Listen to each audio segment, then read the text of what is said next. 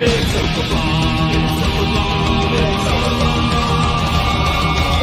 night in with MauLer and the drinker, getting trashed with the web screen dictors. A cheap night cause I'm feeling kinda thrifty, got a 10-pack of beers and a bottle of whiskey. Hop off the cork, have a glass of wine, that's still safe, I'll be fine. Trouble walking in a straight line, but pour me a Pinot Noir. It's open bar with our hosts, MauLer and the critical drinker.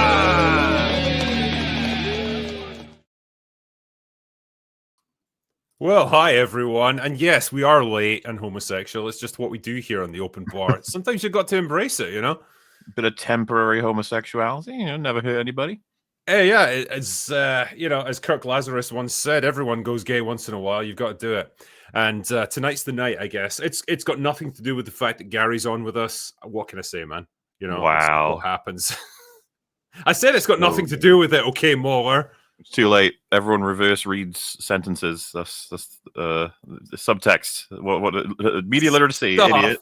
Media literacy.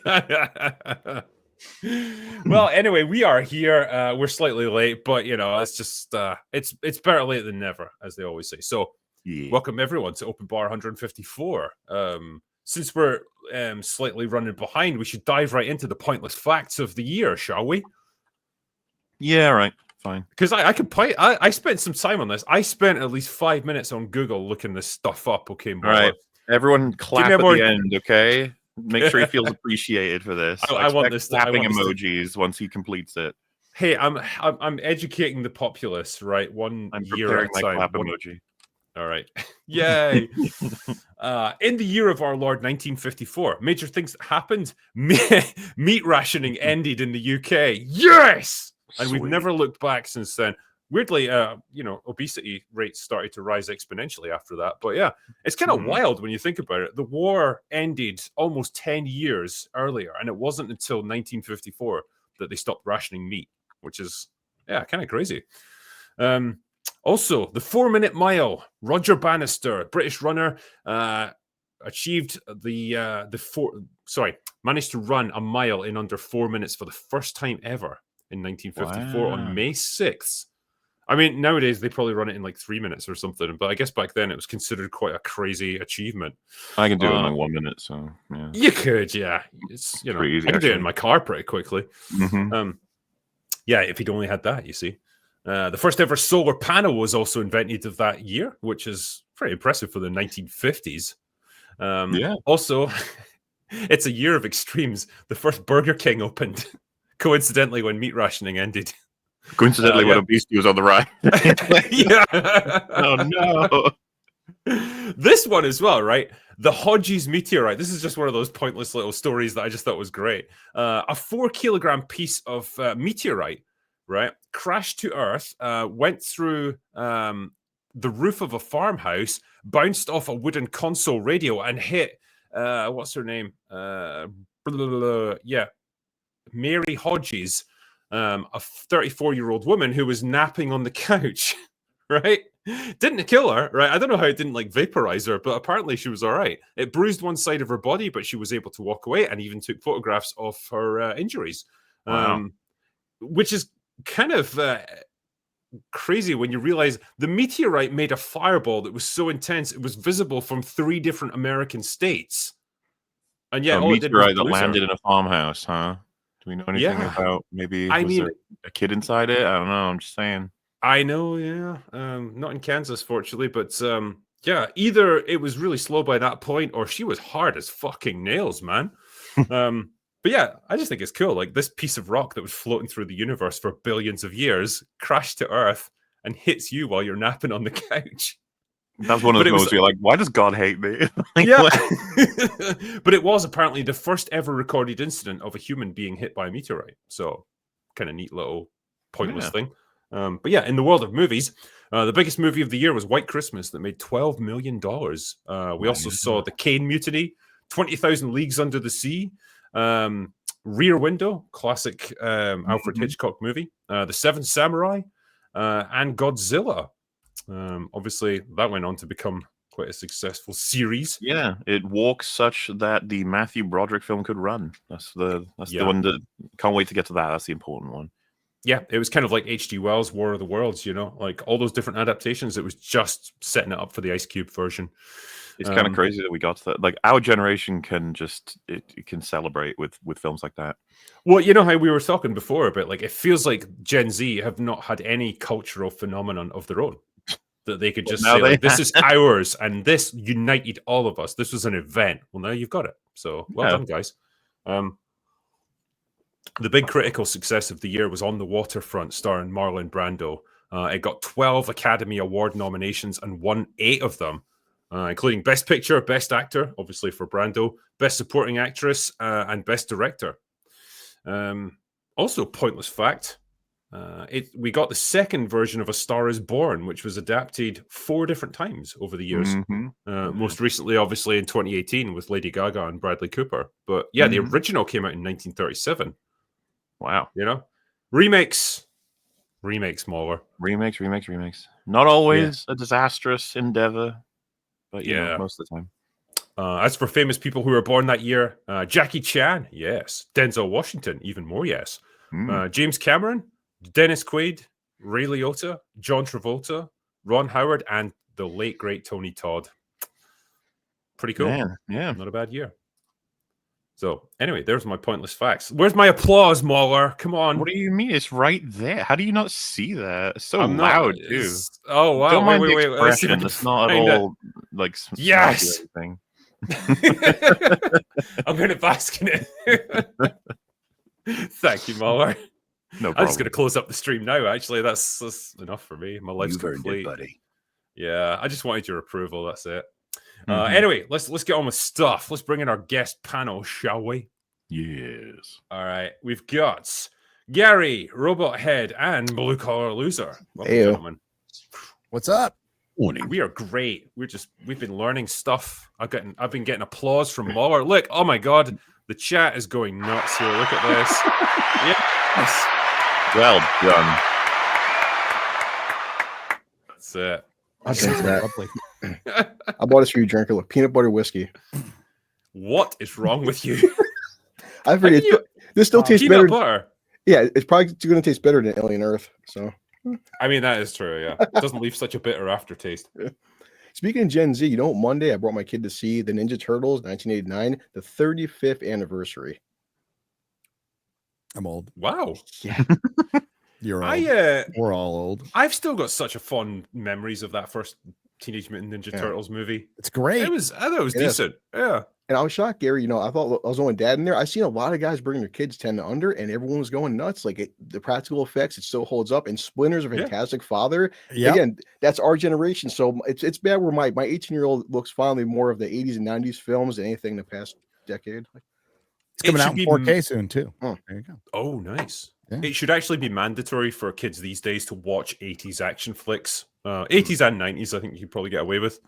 It's like give them their education so that they can at least experience. I mean, you know, we had Box Office Brawler on who hadn't watched T2 or Aliens. Yeah. Right. I mean, he's put that right now. He's barely human, you know. Like you got to see those, and then they help you grow and learn. Yeah. Exactly. Yeah. I like this as well.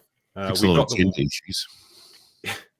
got the 1 year anniversary of the cancellation of The Acolyte. And Red Letter Media's upset. Yeah. That was the most shocking part of that video to me, was the praise of The Acolyte. Defending The Acolyte is wild. Crazy. Yeah. Well. And what avenue do you take? Well, it's about as good as the prequels. You're like, what? What? I mean, it's a take. It's definitely a take. That it is. You either die a hero or, you know, etc. Live long enough to put Ryan in most of your video. I wonder if Ryan's had a boost in subs after that. He's been tagged a lot. I know that. I bet, yeah. It got the only laugh out of me from the whole video is when it just has him going, why is Disney so fucking retarded?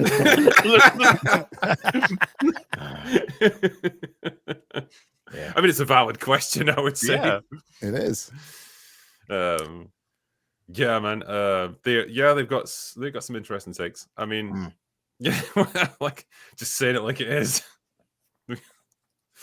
And isn't it crazy that the article comes out today that Disney needs men back? Well, let's talk about it, shall we? Up. Yeah, this is from Variety. Disney boy trouble. Studio seeks original IP to win back Gen Z men amid Marvel and Lucasfilm struggles.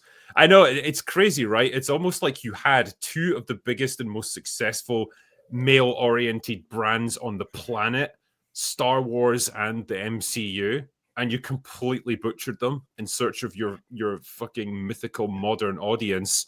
And now you need new IPs. But yeah, the article does say... leadership at Disney Studios has been pressing Hollywood creatives in recent months, multiple sources tell Variety, for movies that will bring young men back to the brand in a meaningful way. First, every film studio is looking for better ways to convert young audiences.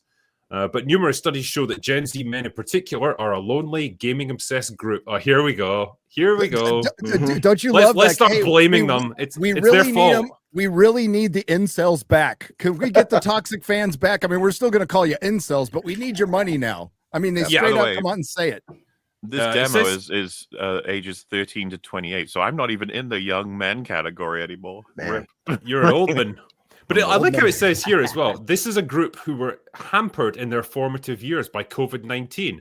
Really? Like guys who are 28, like they went through their formative years in like 2021, did they? Oh, right. Yeah, they are just... It's so funny because like they're grasping at straws to find any reason to justify why they don't watch Disney products, except the real reason, which is, well, we know the real reason. The idea that it's like it was COVID that turned them into a lonely gaming obsessed group. It's like I was lonely and gaming obsessed well before COVID came along.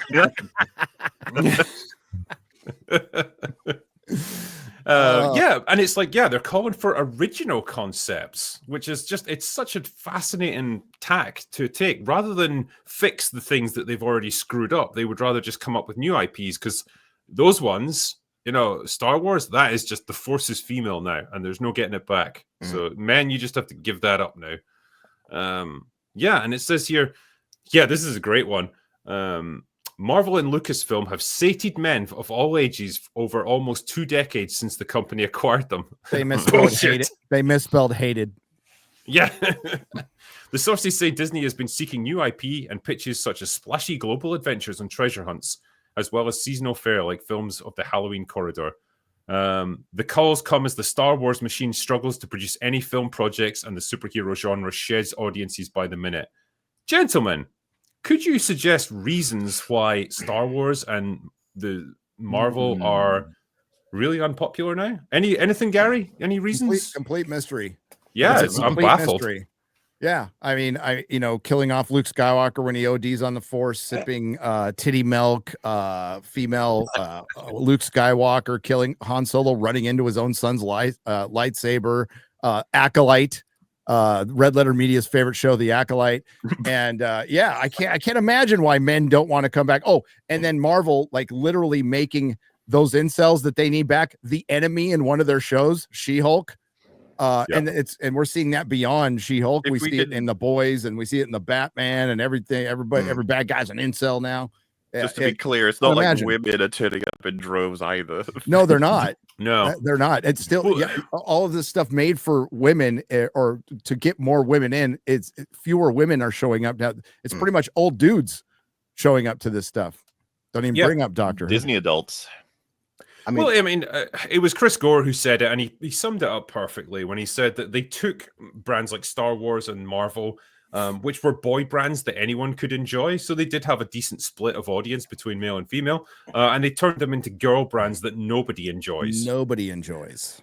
Not to mention another callback. 2 months ago, Fathom Events brought my kid to see Indiana Jones and Last Crusade. Shall we compare Last Crusade to, say, Dial of Destiny? Ugh.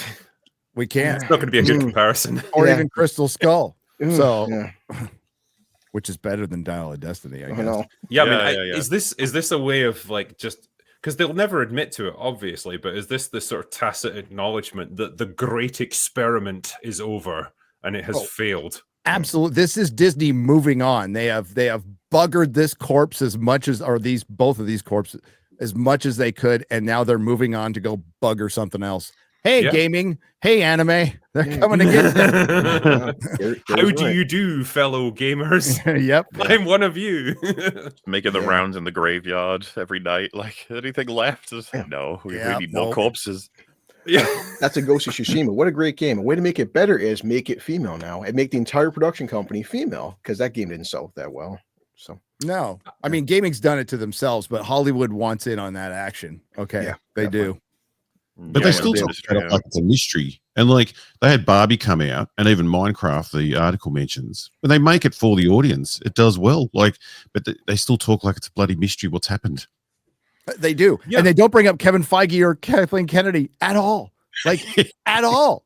And you're like, who's been in charge over the last 20 years? You know, at least Marvel for Gen Z, if you look at that age range, at least Gen Z has seen some good Marvel. They have never seen any really good Disney Star Wars at all. Yeah. From Disney, like at all. Arguably, maybe 3 things are watchable. But you know, that's just me. But they haven't seen anything consistently good or with any kind of clear vision. We don't even know what the hell Star Wars is about. Well, we do. Star Wars is about itself. Marvel is now about itself. It's about cameos and being self-referential and bringing back old Marvel stuff, and that's it. You know, and like. Yeah, you bring up Andor. I mean, I don't love Andor as much as other people do. I think it's good, but I don't love it. But Gary. it makes things worse. It actually made things worse.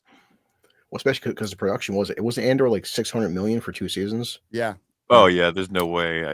I mean, I think we'll never see something like that again. Like Andor, No. I really enjoyed, but you know, it didn't help the Star Wars brand in any way. And I think the fact that it came straight out after on the heels of the Acolyte and Skeleton Crew, it's like, okay, you've just completely muddied the waters of what Star Wars even is now. Like it's all over the place tonally, age range wise, everything.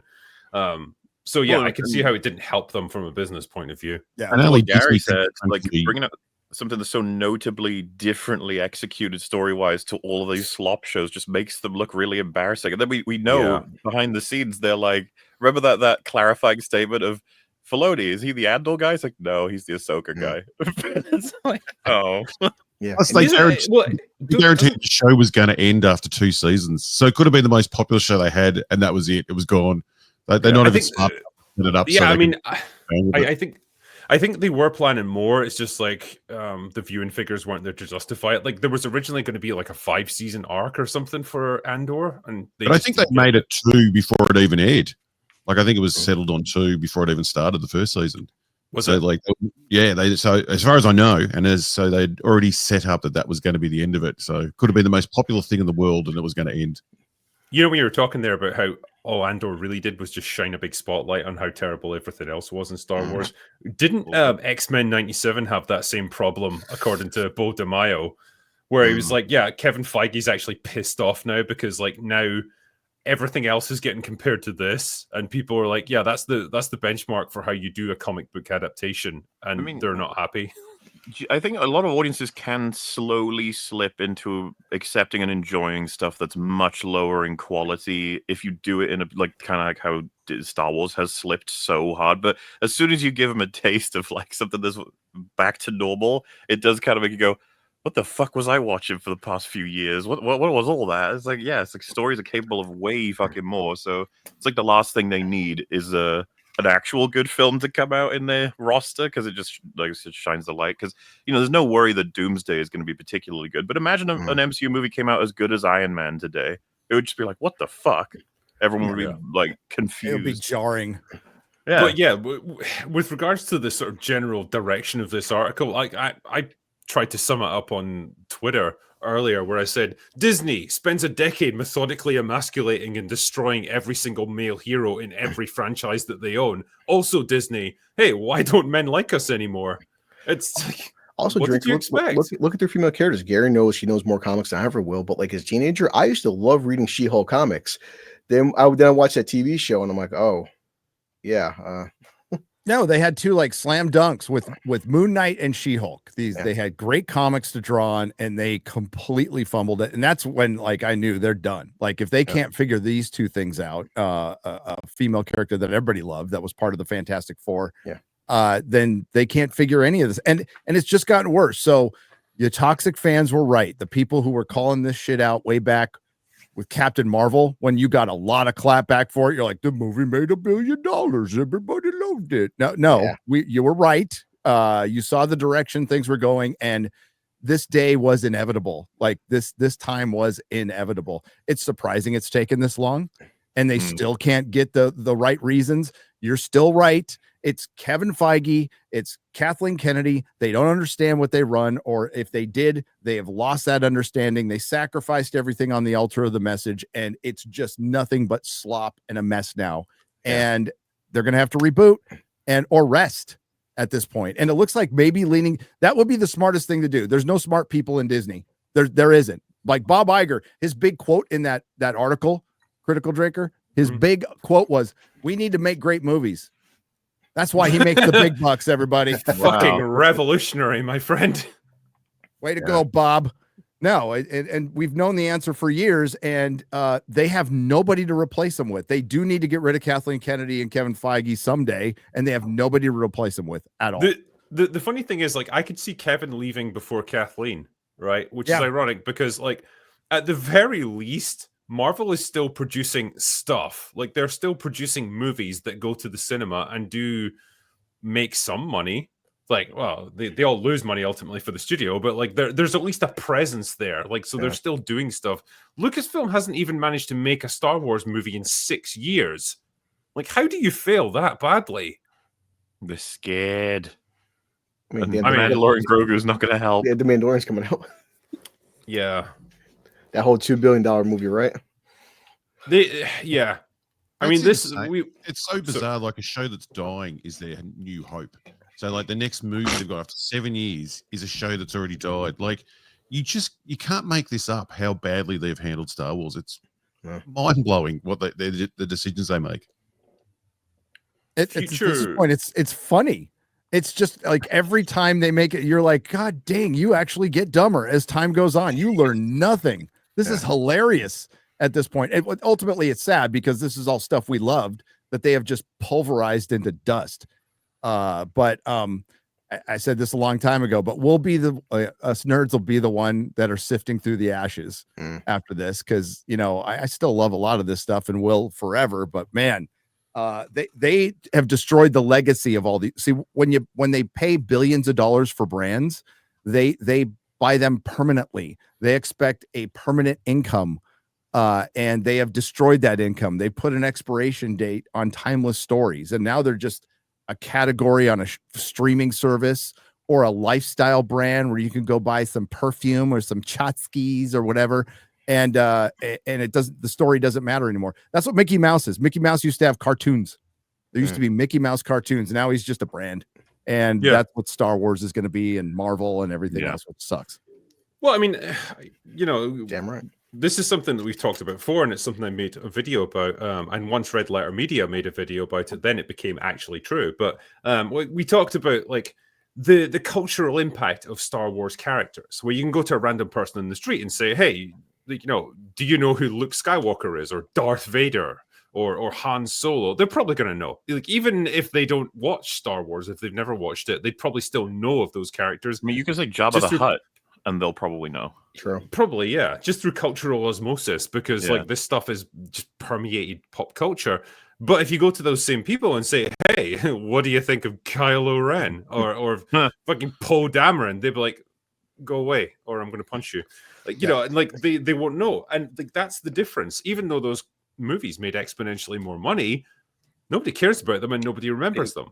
And they didn't hit the pop culture zeitgeist, and they never will. I would be curious to 10 see years, apparently.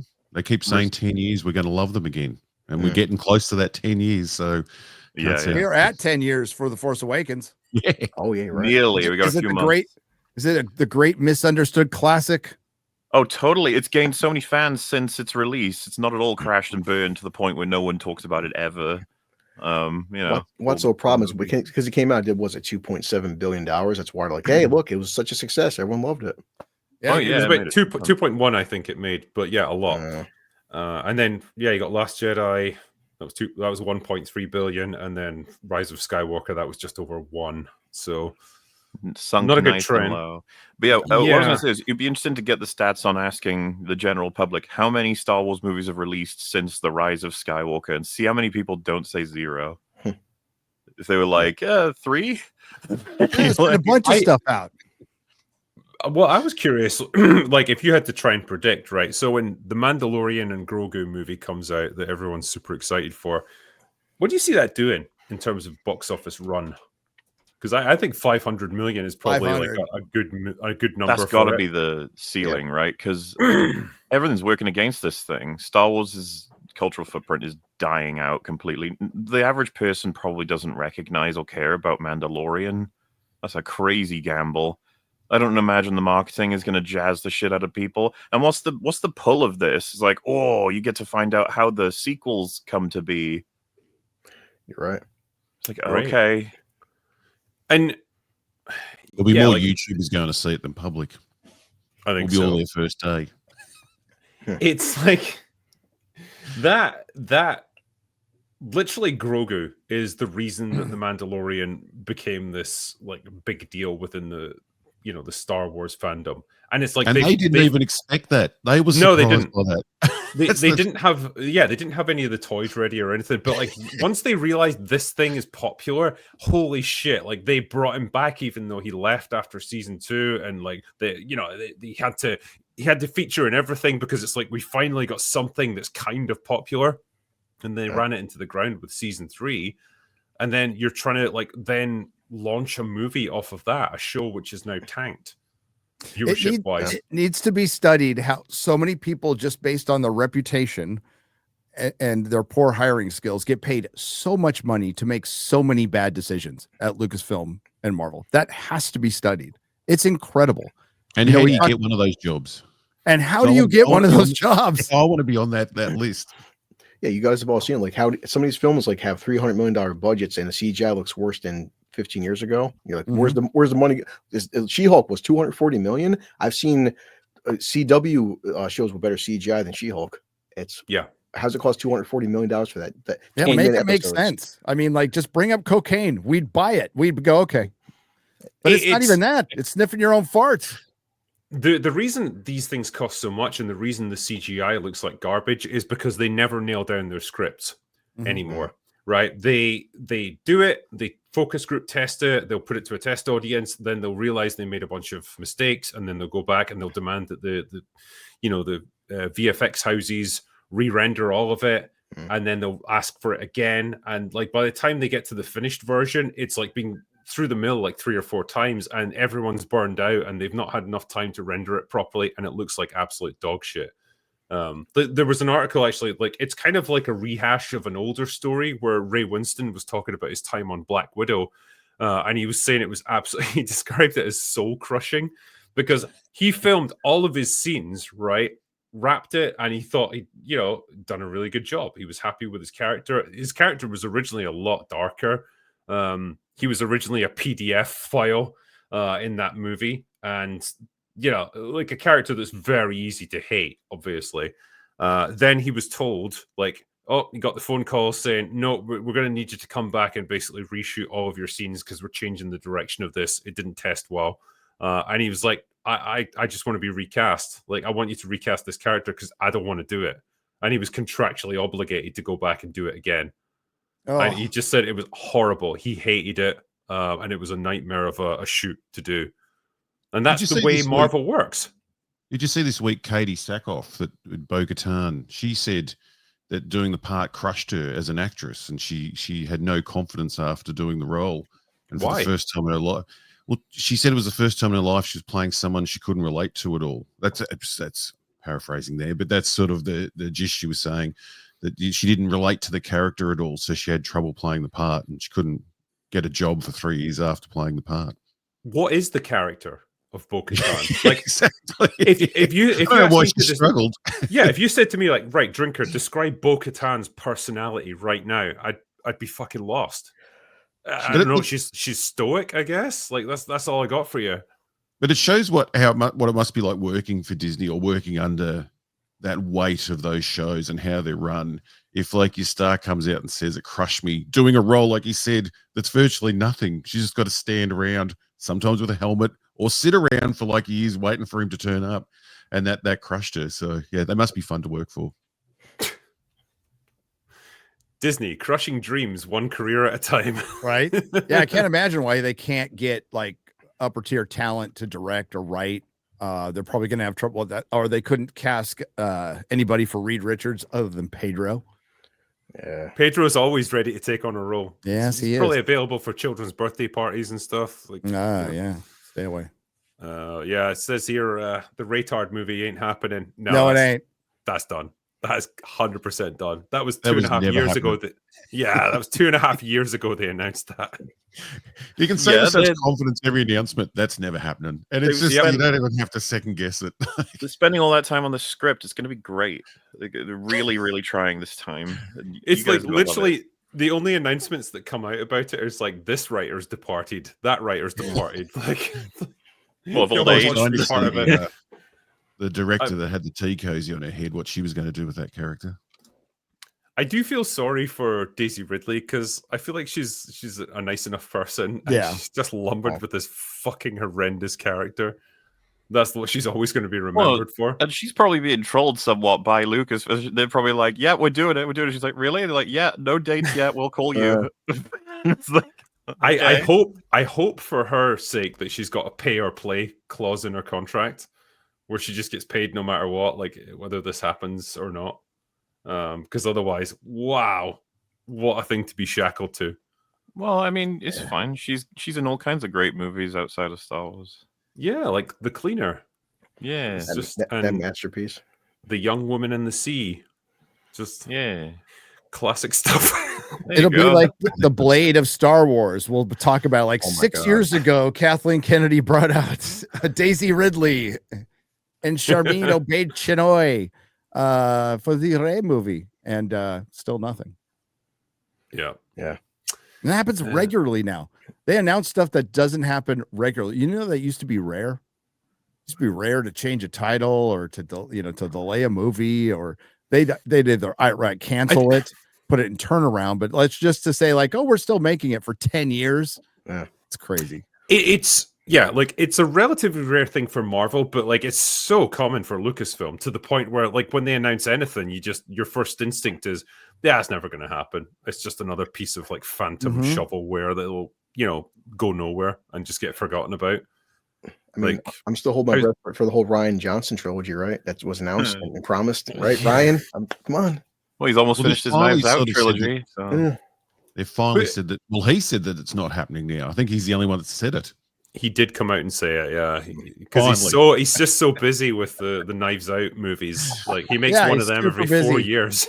Yeah. Well, I mean, good on him for like suckering Netflix into giving him all that money for why would you go back to Star Wars, where everyone is constantly hassling? I think Netflix saved us a little pain.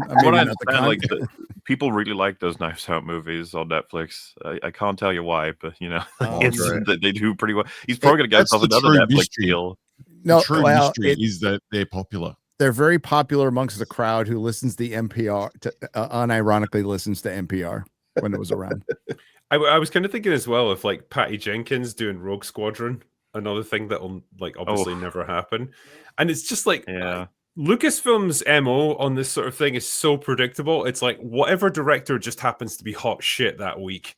They've had some hit movie or they're just kind of popular right now. It's like, cool, hire them. Tell everyone that they're making a Star Wars movie. And then wasn't that one back on like a couple of months ago or about a month ago? And back off again. Yeah. I don't think it's happening. Like Patty Jenkins is like, she's just kind of nuked her career in Hollywood. Like they made the mistake of allowing her to write Wonder Woman 2. And that was a bad choice. A truly awful film that actually damaged a career irreparably. But we've got a couple examples of those over history. She wasn't immune, So I think that Snyder. Yeah. Van Forstick. Yeah. I think Jar Jar hasn't done anything since Rise of Skywalker. Yeah. Well, he's working on a new movie with Glenn Powell, isn't he? That's his comeback. Oh, yeah. God. But isn't that crazy though? Like 6 years in director's jail, possibly more. Yeah. Yeah. I mean, I think everyone kind of came to the same conclusion. It's like how this year everyone's realized that Gal Gadot can't fucking act. It's like back in 2019, everyone realized J.J. Abrams can't write for shit. You know, she's managed to like. I don't know if you saw there was a tweet that was like, "What's the example of the worst acting you've ever seen?" I saw a quote tweet of it saying, "We all know exactly what we're going to reference." It's like, damn, she's actually like become synonymous with the worst acting of all time. Yeah, it's just it's painful to criticize her because she's really nice and that's what you meant. So you're gonna say she's really hot, yeah. She is really hot as well. It's like when I look at her, I just feel happy. I don't know. It's like so it's She's hard. the example of exactly how far looks will take you. We know the exact point where I just realized, oh shit, she can't act. She should try YouTube. Yeah, just like Brie Larson, remember? YouTube, yeah. A very genuine YouTube channel, yeah. Very genuine. As time went on, like her clothes got tighter. Yeah. Please notice me. She was doing like yoga. It's like, what the hell? Let me just answer a couple of super chats here. Yeah, what's this first one? Master of Puppets says, have you heard the latest quote for James Gunn's Superman that you shouldn't count the marketing budget to determine if it's made a profit? That's amazing. You know what? You shouldn't count the money at all. We just should stop counting money, and we can determine that Superman's James Gunn was a success because it was never meant to break even. It lost at the box office, but it won the argument. Let's just go with that. Okay. The one I love is when people are like, box office doesn't determine quality. And it's like, oh, doesn't it now? It's like that's what you want to bring up because they've been talking about it forever about how the amazing quality of the film guarantees. Have you seen the clips going around of the people who were saying before it came out it was going to hit a billion? It's going to get a billion. And it's like, who are those people? What are they doing these days? It's like, oh yeah, 500 million is a successful line. 500 million is a new billion, guys. Okay. It's all doing great. It's all fine. Just trust it. Trust me, bro. That one guy says alien meat is superior. I mean, yeah, like it's spicy. It surely is. Xenomorph steak. It's definitely got a kick to it. But if you can get past that, it's quite tasty. Yeah. What was this one? This is for $50. Drinker and MauLer. I just released my first novel, Quick, on Amazon. I followed Open Bar and EFAP for years, and your insight on what makes for strong story, character, and dialogue has been very helpful and inspiring. Thanks and cheers. Also, Alien or Aliens. Well, first of all, that's a lie. I don't provide any insight, but MauLer does, so that's nice. Sure. Yeah, if we had to choose, MauLer, between Alien or Aliens... This is probably a perfect question, because I was listening to FNT where Gary said, like, unequivocally, Alien is just superior to Aliens, and I was like, that's rude. But it's not wrong. I love both of those movies, but it's far superior. Yeah. In every way. I hate to say it. I hate to agree with you on anything, but you're kind of right on this one. Alien is probably the more artistically superior movie. Aliens is more fun to rewatch, for sure. I would much rather watch Aliens than Alien, but I think Alien is the superior movie. I think Alien I would more quotable scenes. I'll give Alien the atmosphere, the cinematography, and probably like it's the way cleaner, tighter experience in terms of what it's trying to achieve. Yeah, but I consider Aliens to like be one of the best scripts of all time. Like I adore the writing, and the characters are fucking fantastic. It would be one of the films, along with Hot Fuzz and a few others, where the expeditiousness of getting you invested and giving us information while also making it extremely entertaining is some of the greatest that's ever been done. Like, I would never want to imply that Aliens is anything less than one of the greatest films of all time by saying Alien is better. But you know what I mean? There's choosing between your two beloved children. All right, I adore both. I love films. them both, but yeah, as a classically made film, a horror film that's science fiction, Alien is so much better. Whenever the question of best looking movie of all time comes up, I immediately think of Alien. It's like, and it kind of puts into question, everything ages. It's like, I'm not sure that film does. Yeah. I just doing that review. The greatest thing to come out of it was I watched both movies again, and I was super happy when I was done. I was like, they're great. I love them. Yeah. Now I gotta. It's just a joy to watch. It's like, oh my god. Well, for a start with Alien, It's like, and both of them really, it's like, wow, we have like intelligent people making intelligent decisions based on the information they have at their disposal, and just ultimately coming up against a force that they just could not reckon with. They never would have anticipated something like this before. And that's, I think, what makes it interesting. Watching the group dynamics slowly shift over the course of that movie as people get picked off. People like Dallas get taken out, where suddenly you've lost your authority figure, you've lost your command and control, and then the final disintegration when Ash like fucking flips his shit and tries to kill Ripley, and she has to take command. Like, it's great. It's the classic horror movie group dynamic, just to a T. I love watching it. But you know why they're dumb? Because they didn't bring in a hybrid. They didn't bring a robot with a 12-year-old child stuffed in it. They didn't have a cyborg. We'll get to Captain that, Gary. Hook Don't you worry. Yeah, they didn't have that stun gun, that nifty stun gun that can stun aliens. They're freaking idiots. True.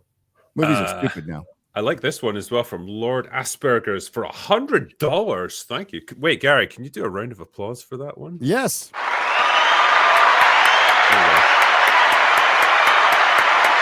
Thank you. I need to get that for this. Anyway, he says, greetings all. I listened to Laura Fryer talk about current Microsoft and what's going on there applies to Hollywood. I believe the era of cheap money and luxe belief systems is over and you can no longer get hire booklickers and get by. I do not owe them my money or time. You don't? I think it's great, yeah. The reckoning is here, I think, with a lot of these companies. The customer that was made the enemy has decided your fate. Good luck with that. Yeah. Yeah.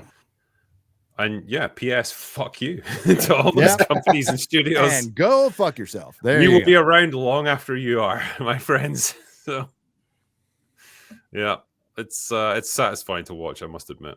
That article was so fun to read. It was dumb, and it missed the boy article about like today, a bunch of articles came out. I mentioned it on Friday Night Tights.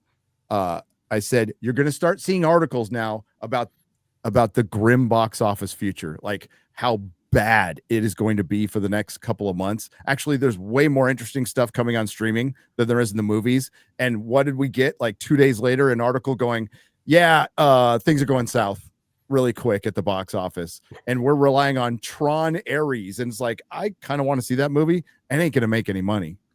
That's not going to. And the next thing you're hoping for is Wicked. Or Zootopia 2. So, hey, remember when Bob Iger said we want to make great movies and Disney wanted to focus on originality? Here's their next big three offerings. Tron Ares, a movie without Tron. So I guess that's original to have a Tron movie without Tron. A third Tron movie as well. A third Tron movie, Zootopia 2, and a third Avatar movie. Yeah. And Avatar's not till December. And that's late December. So that doesn't really help the fourth quarter at all. Really, this Avatar movie, this isn't going to make as much as the previous one. Like, I think you're going to see a gradual downward trend with these. I think it'll still 2 trillion instead of 3 trillion. Yeah, it'll break $1 billion easily, obviously. Yes. But I just think the interest is gradually going to wane over time because these movies don't add anything new. They're nice tech demos, they look beautiful, but there's no story that people are super invested in. If there was, people would talk about them like a week after they were in the cinema, and they don't. I wonder, Drinker, I didn't think Jurassic Park was going to do 900 million. It still did. You can't be watching dinosaurs. People love dinosaurs. Has it reached 900 million? It's just over 800 million. Oh, we're pretty close. Yeah, that's what they were expecting. I mean, I think they are stoked. The studio's absolutely like that. We rolled out a 7th dumb dinosaur movie. We got 800 million. So 832 million. It did well. It did well. But I was going to say, despite shrinking overall, they are probably quite happy with that, actually. Yep. But also, look at the budget. The budget was a lot less than the previous ones, though. It was. And it has Scarlett Johansson, the biggest star in the history of cinema, apparently. Well, yeah, but consider this, right? Jurassic World, right, came out in 2015, made 1.6 billion at the box office, right? Great. Fallen Kingdom, 1.3 billion. Okay, still good. Jurassic World Dominion, that made 1 billion. Can you see the trend here? Yeah, we just said, despite shrinking, they're going to be pretty happy with that result, I'd say. Well, I know, but then, like, where does this stand? Because presumably this is meant to kick off a whole new trilogy. So this made 830 million, right? So what's the next one going to make? Like 600 million? As long as they control for budget, especially if they've got Gareth Edwards, they can make a profit on the next one, and then that'll be to decide then whether or not it's worth a gamble for another.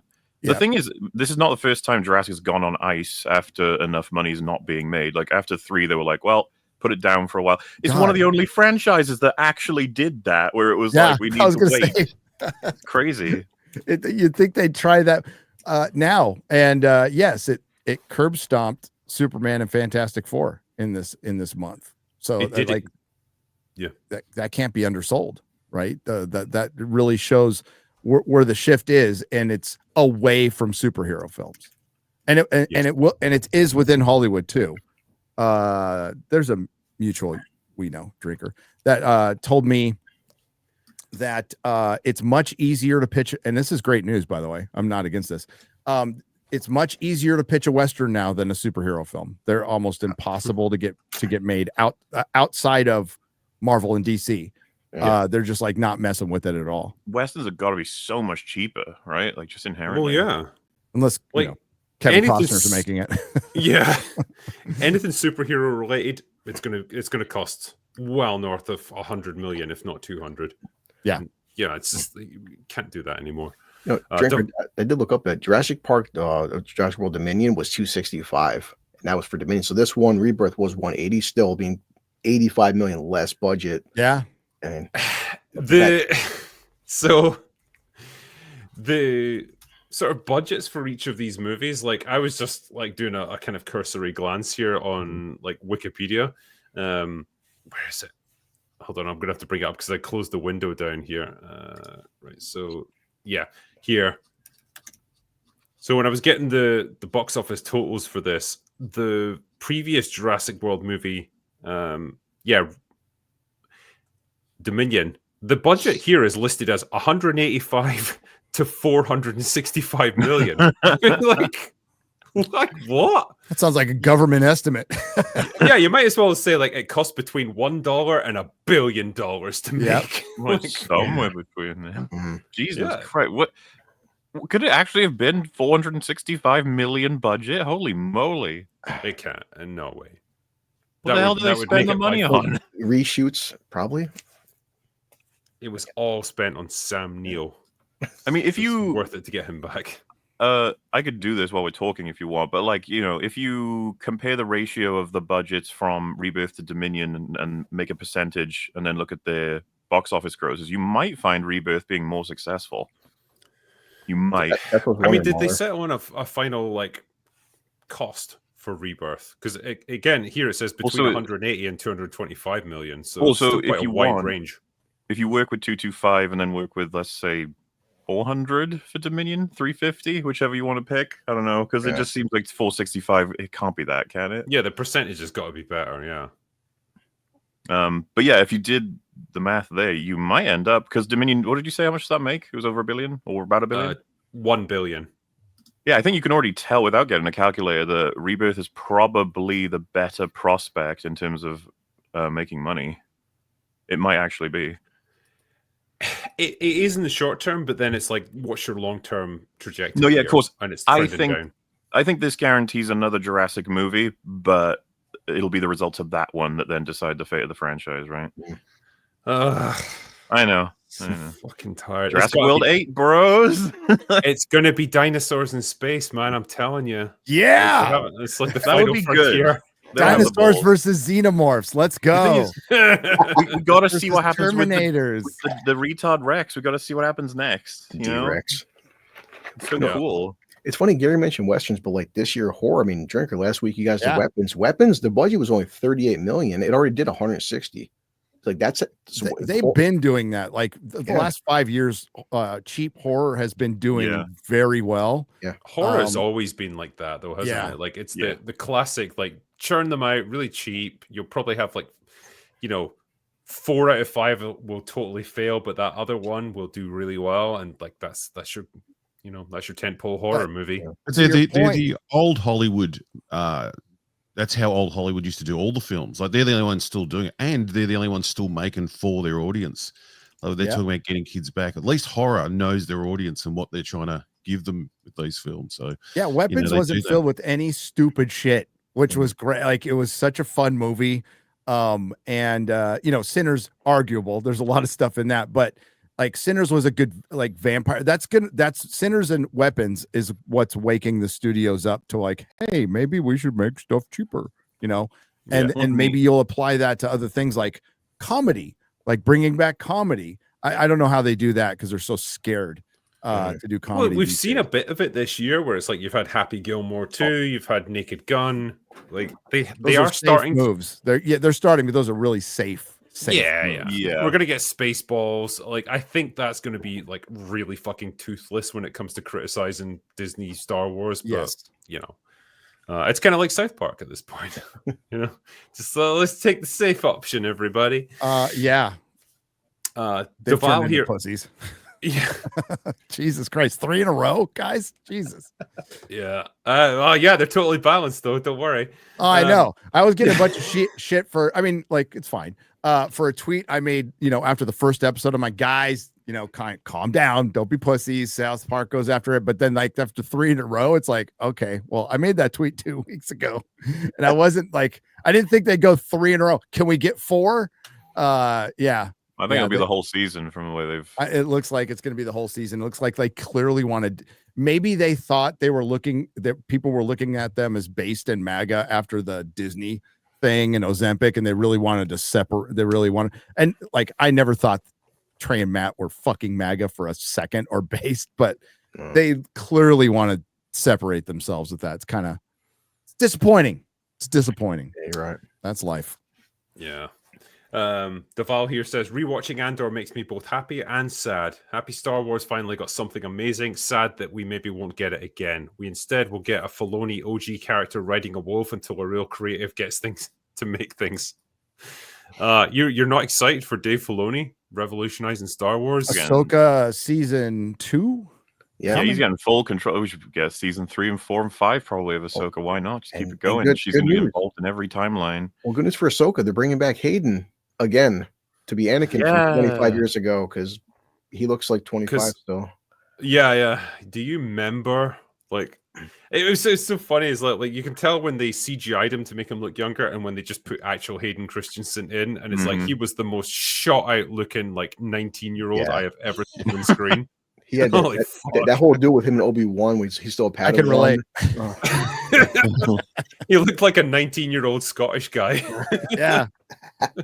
I just want to say, by the way, on the topic of horror, I don't know if anyone here other than me saw the Until Dawn movie.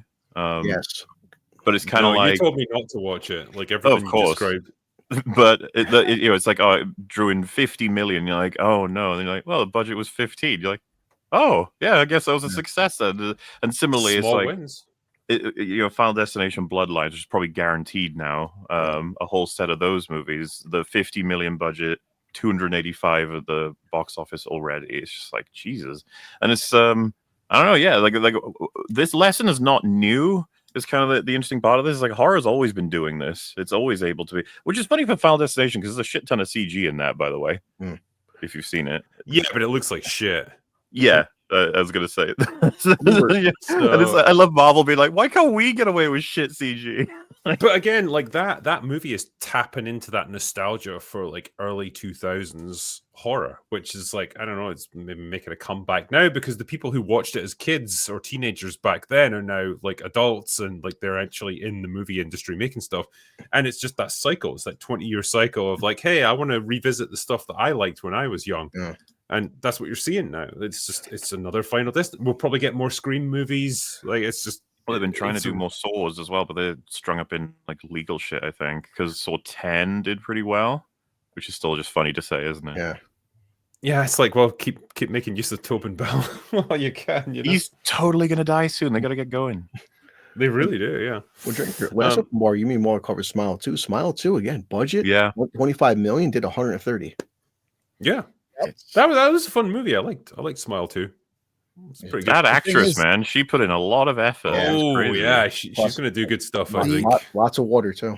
The problem that Hollywood created going all in on these high budget films is they created not only an expectation, but an expectation in their economics that it fundamentally shifted to where even if we just fill theaters with these like lower budget horror movies that are going to do well, it's not going to be enough for the theaters. The theaters need those massive tent poles now, instead of, just like cruising along. It's a marathon, not a sprint. And now it's just becoming little sprints. And that's what I'm worried about. These theaters are, those D-box chairs, they run about $5,000 or $6,000 a piece. Wow. A piece. Right. And they need to be maintained. Like these things, like it ain't the old theaters from even 10 years ago where you sat in a crappy seat or whatever.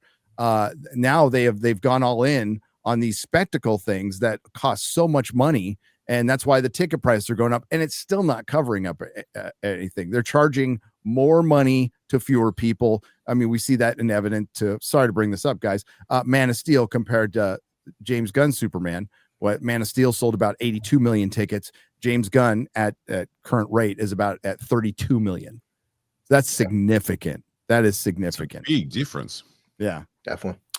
It's that unfortunate like perfect storm of like the economy's not doing great right now, so people are feeling the squeeze with inflation and stuff. Ticket prices have gone up as well, and it's also combined with like the rise of streaming, the rise of like just being able to get a gigantic fucking TV for your living room at a reasonably cheap price. There's not a whole lot of incentive to go to the cinema because you can get a cinema experience at home. And the difference now between the theatrical window and like the release onto streaming is so rapid. There's not even an incentive to go, because it's like you're going to get it if you just wait a couple of weeks. It'll be out on home media. You can watch it in the comfort of your own home for half the price. 35 days. And you don't have to like listen to people talking and like eating and farting and like all the crap that you have to put up with in an actual movie theater. Like, is it any wonder that people are choosing that instead? Yeah, Drink. I mean, I mentioned going to see Superman in IMAX. Like, I have the Regal app, which I constantly promote, but like without the discounts, for bringing my son to see an IMAX film, it's $50. $50 without buying food. Yeah, exactly. Yeah. Get 2 lap dances for that. I mean, like, what would you rather do? Well, yeah, I know like people like Gary promote AMC or like Chris Gorson and Mark, but said that Regal, I paid $24 a month, and now tickets now a matinee ticket Meyer is $15. So why not pay $24 to get unlimited? Yeah, I do the Regal thing. Yeah, it's good. I go to enough, but there's just like, right now there's this huge drought. It's like, what do I go see? I guess I'll go see something again. And if I could just see something again, I'll just see it at home. Like it'll be fun to go see, Batman 89 and stuff in the theater again. I'm going to take my kid to see that. That's you're in luck. You can see Superman at home now, ready for Peacemaker season 2. Yeah. Oh, Peacemaker. Ooh, that's fun. Are you guys excited for Peacemaker season 2? No. But Drinker, I was told by the arbiter of truth, the truth-telling James Gunn never lies. I was told it's the mostest importantest thing to the DCU ever to watch this violent rated R filled with tits and ass and exploding bodies to sit the kids around for this on HBO. You're actually selling it to me, Gary. It's actually sounding good now. Well, there won't be tits in it. There'll be ass. There'll be dicks. Probably. Yeah. Well, there's some tits in season. So I watched season 1, and I haven't watched it because in a long time. You know when it came out? 2022. So it's 3 years, and I watched it with some fresh eyes, and it's fucking terrible. It is woke. It is filled with intersectional feminism. It is calling out toxic man. It's basically anti-toxic masculinity, anti-fascism, the whole damn thing. That they work words into the script, MauLer, that don't belong there. Like Robert Patrick's character, he plays Peacemaker's dad. Right? Yeah. He calls him a simp, and it's not even applicable to simp. They're using the vernacular of 2022, and they're just throwing it in where it doesn't belong, which is just cringe. Oh, by the way, they reshoot scenes from The Suicide Squad. They redo a bunch of stuff from Guardians of the Galaxy. Each episode starts out with this cringe dance thing, and you're like, oh my God. Everything from James Gunn's DC is being it's all the signs were there. The signs were all there. Now I've got 2 episodes to go. And I know how they end, by the way. And I know like season 2 is going to be different, but my God, like it was so bad. It's so bad. And I remember like not liking it and like struggling to get through it. But and I'm still struggling to get through it. I watched 6 episodes yesterday. I was gonna ask Gary, didn't you were happy about the whole Ezra Miller cameo at the end? That just drew you in. No. They call Batman a pussy. Like he does bring up Batmite. Yeah. So yeah. No, we were talking about this backstage where it's like when I think about Peacemaker season 2, and it's like, okay, I've got to drum up the time and the enthusiasm to watch an entire season of this. And I don't want to do it. I don't feel anything for it. Like, I had an okay time with Peacemaker season 1. It's mostly because of John Cena just doing his deadpan comedy routine. And he's he plays Peacemaker pretty well. He's kind of funny in small doses, but like there's something about that whole series that leaves me feeling vaguely pissed off. And I think it's that combination of like, funnily enough, it's the only project from pre-James Gunn DCU that somehow carried over to the new DCU because James Gunn made it. So James Gunn wants to keep it. And it's also because James Gunn's wife's in it. And his brother. What are the fucking odds, eh? Like, I don't know, man. It just feels like the whole thing's an exercise in just nepotism and like vanity projects. And plus season 2 is going to cover the multiverse. And it's not that his wife is this some fantastic actress either. She's not, dude. She's hot, but fine. But like, there's nothing special there. And it's just like, okay, you killed off everything else. You killed off Batfleck. You killed off Gal Gadot's Wonder Woman. Possibly the right choice, but you killed off Jason Momoa's Aquaman. That was actually kind of popular. People seem to like him, but whatever. It's all gone. But what are the odds you decide to keep Peacemaker because it's important to you? Crazy. Okay. Maybe he'll make a cameo as Lobo. We'll find out. There's supposed to be cameos, and this is supposed to set up the DC. It's the most important thing, I was told. So I got HBO. I'll watch it. I'm struggling. I'm struggling, man, with life. We'll find out. Life under all these fucking superhero shows. I mean, we have the Supergirl movie. I can't wait to see that.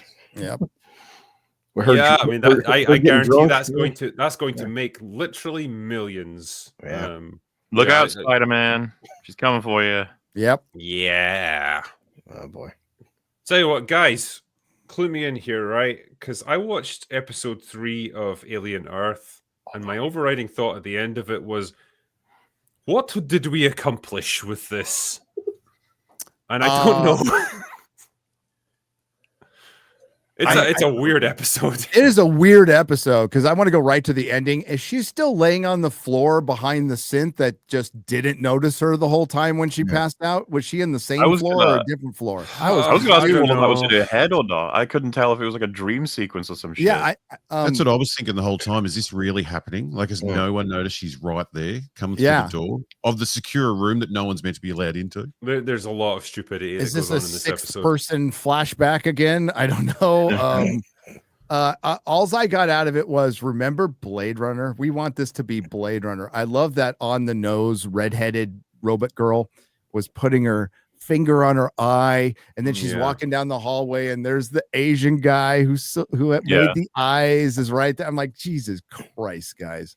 But it's bizarre how much this feels like a Blade Runner show with a xenomorph visiting. It's like a crossover episode of the series where it's even some of the sounds coming in, the sound effects and the noises, and it's truly bizarre. And I would be enjoying it more if it was a Blade Runner show. Like, it's just this series really proved to me how much I love the Alien series, because I try so hard in my brain to ignore the bad bits. Like, I'm trying so hard. Like something like Star Wars, I just fucking hate now. Couldn't give a shit. But everything like this, and Romulus was the same. I'm just sitting there, my brain's going, this is okay. We can ignore that. No, don't think about that too much. Like the whole time I'm watching it. So I've found out I truly do love this series, the Alien world, because I'm trying very hard to enjoy it. I'm right with you, buddy. Though I think I've moved to the Star Wars phase with it, but with Alien, because I kind of when I saw the trailer for this, I was already fucking mad. I was just like, you screwed everything up again. You just try to copy. I thought it was really funny. The episode opened up with confirming all of our concerns of stupidity from the first 2 episodes, right? Where they're like, you know, they're on the phone with Cavalier, and it's basically just like, this was a horrible idea. This was a stupid idea. There's aliens running around. What are we supposed to do? And he goes, just more people are going to get sent in, control the whole area, take the specimens home. And even Oliphant is like, that's like insane. He's like, you can't do it. And he's like, no, I guess I can. And then we just montage cut to the mission complete. Like, that montage with the fucking guitar solo was obnoxious. I couldn't again. That could have been the whole fucking show was in that ship, but we're done now. It's like, the ship's boring. We're moving on. It's like, yeah, okay. Because right from the first moment this was announced, and we were told like we're going to get an Alien TV series that's set before the events of Alien. You know, the first thought we all had was like, one, how can you do an Alien show like before Alien? Like, okay, like so we all knew about the xenomorphs, but no one ever like got told about it. And also, the xenomorphs, like, they're not the sort of things that you can spread out over a TV show. They don't feel like the kind of things that you can sustain for that amount of time. And it turns out you absolutely can. Like, they've turned it into like a clown show. The alien isn't scary anymore. It's just this easily disposable threat. And it's now just like corporate espionage and a bunch of retarded people putting themselves in danger when they absolutely shouldn't. Like when they're standing right next to the fucking alien eggs. I know. And it's like, okay, I get that you can put synths near them because it won't trigger them because like they can't be impregnated. That's fine. But then the CEO of the company, the most important smartest guy on the planet. Walks right in and stands right next to it, and it's like the fucking thing opens up, and he's like sticking his head in, like, oh, why isn't it in that? containment? Why is it just this? Any biological warfare protocols, you would not get allowed within 100 yards of that thing, and if you did, you'd have to wear a biohazard suit, and you'd have to be right behind shielding. God knows what this thing could be emitting. You know, it could have all kinds of pathogens and stuff. Never mind the alien monster thing that's inside it. It's insane, but like, why do it? Shitty exposition too. He has to explain to him why he forces him out of the room. Then it's like, why doesn't he know about this shit yet? You guys have had it already for ages. Why doesn't he know? And then they end up knowing everything. Yeah, about the aliens. Then Timothy Olisynth says, "Oh yeah, well they host in the human body and blah blah blah. They have acid for blood." So Prodigy have alien information now back to front, but so do Weyland Yutani because the cyborg said he downloaded all of it. It's just like, guys, they missed an opportunity there, MauLer, because he had it in his fingernail, right? And they should have done it in his thumbnail, so it'd be a thumbnail thumb drive. Look at you with your tech speak. I can tell you're a gamer, Gary. Morrow is still the most interesting character, and we finally, I can't believe it was episode 3, but there's a scene I thought was okay when Morrow talked to Oliphant. Just that in isolation, those two, because everything before that was fucking painful. Morrow talking to the 2 children. Just be. Do you remember when they're like, "You scared me, bro. It's creepy as fuck out there, bro. Bro, you said fuck, bro. Bro, you said shit." Because you've got Morrow there, who's like. It's like he plugs himself into the mainframe to download all the data in his head, and he's sweating so much he's got a waterfall coming off his fucking head. But like he's acting up an absolute storm there. The actor is really fucking going for it. Good. And then you've got these retarded children, like just as you say, just going on a bit like, "Oh, it's fucking scary about there, bro. What are we gonna do, bro?" And it's like, and the child weird juxtaposition of nonsense that you've got going on in this show. Yeah. When they first did the child thing, I'm thinking this could go somewhere. But now I'm starting to feel the longer we go that's it for the child thing. They're just going to act like this now. There's not going to be any more to this except that they're just kids in adult bodies. It's just funny. It's funny, Robot Head. Dude, I wish. Because like they're crazy kids and they've got to take on aliens. It's gonna be the reason for everything to go wrong. Morrow's already sabotaging Prodigy from within by hacking into the mind of a child robot, and it's just like, how are you doing? Are you supposed to be under constant surveillance? Aren't they supposed? The fact that kid is talking to nobody in that room is like, do you not have any kind of? Remember they said they have everything. They have everything recorded through their retinal cameras. He's gonna get in and sabotage everything to do with Prodigy thanks to the retarded children. They're gonna be really plot relevant, like how stupid they are.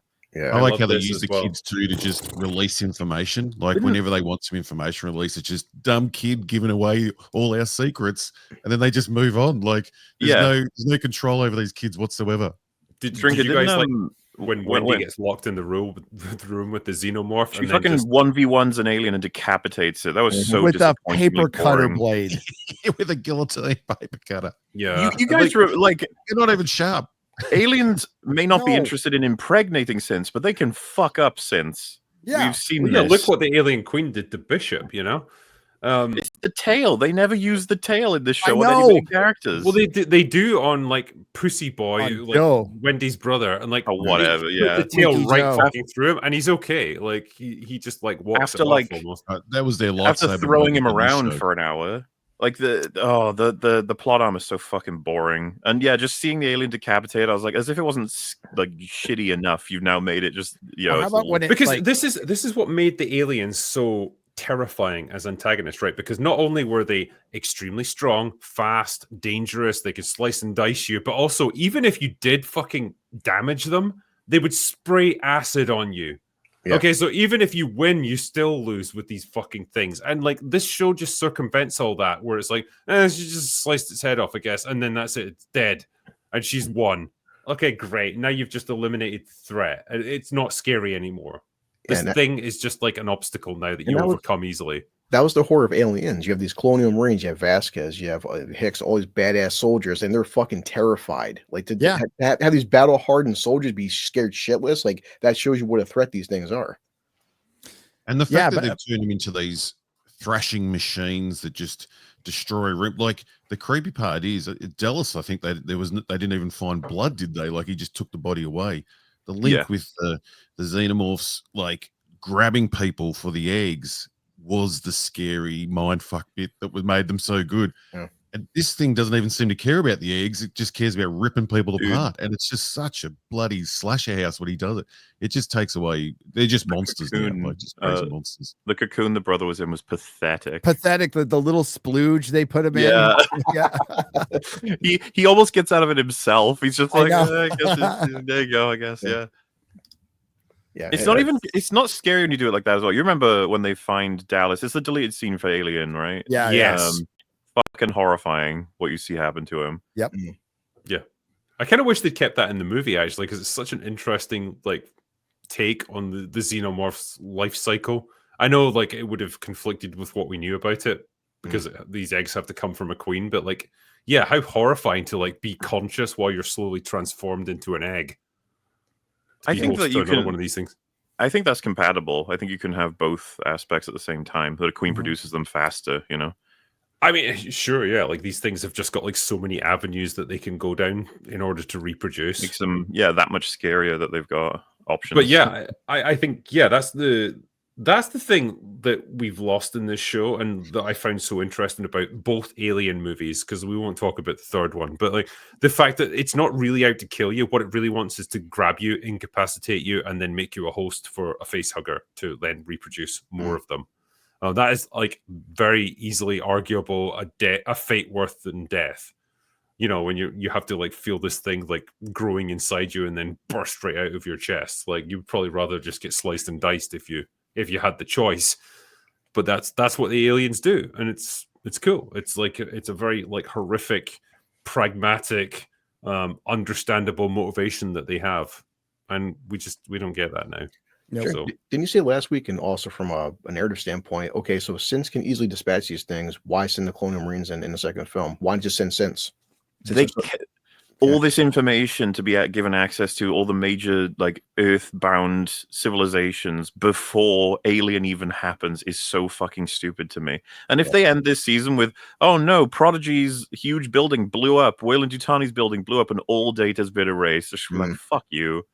Useless show. The cyborg is gonna have the Weyland-Yutani information, and they're gonna have to nuke the island or something like that because they're on an island. Yeah, that felt desperate too, by the way, where it's like, okay, Cyborg, come home and debrief, and he's like, no, I'm obsessed with this mission. It's like, well, yeah, sure, but like, you know, debrief, get materials, backup, give us the data. You know what I mean? Because there's the elements of an interesting story there as well, where it's like he's been out in space for 65 years, I think, at this point. Yeah. So everyone he knew is now dead, and like even the Weyland Yutani director that he was dealing with before is now dead, and it's like his granddaughter, or it's her granddaughter that he's now talking to.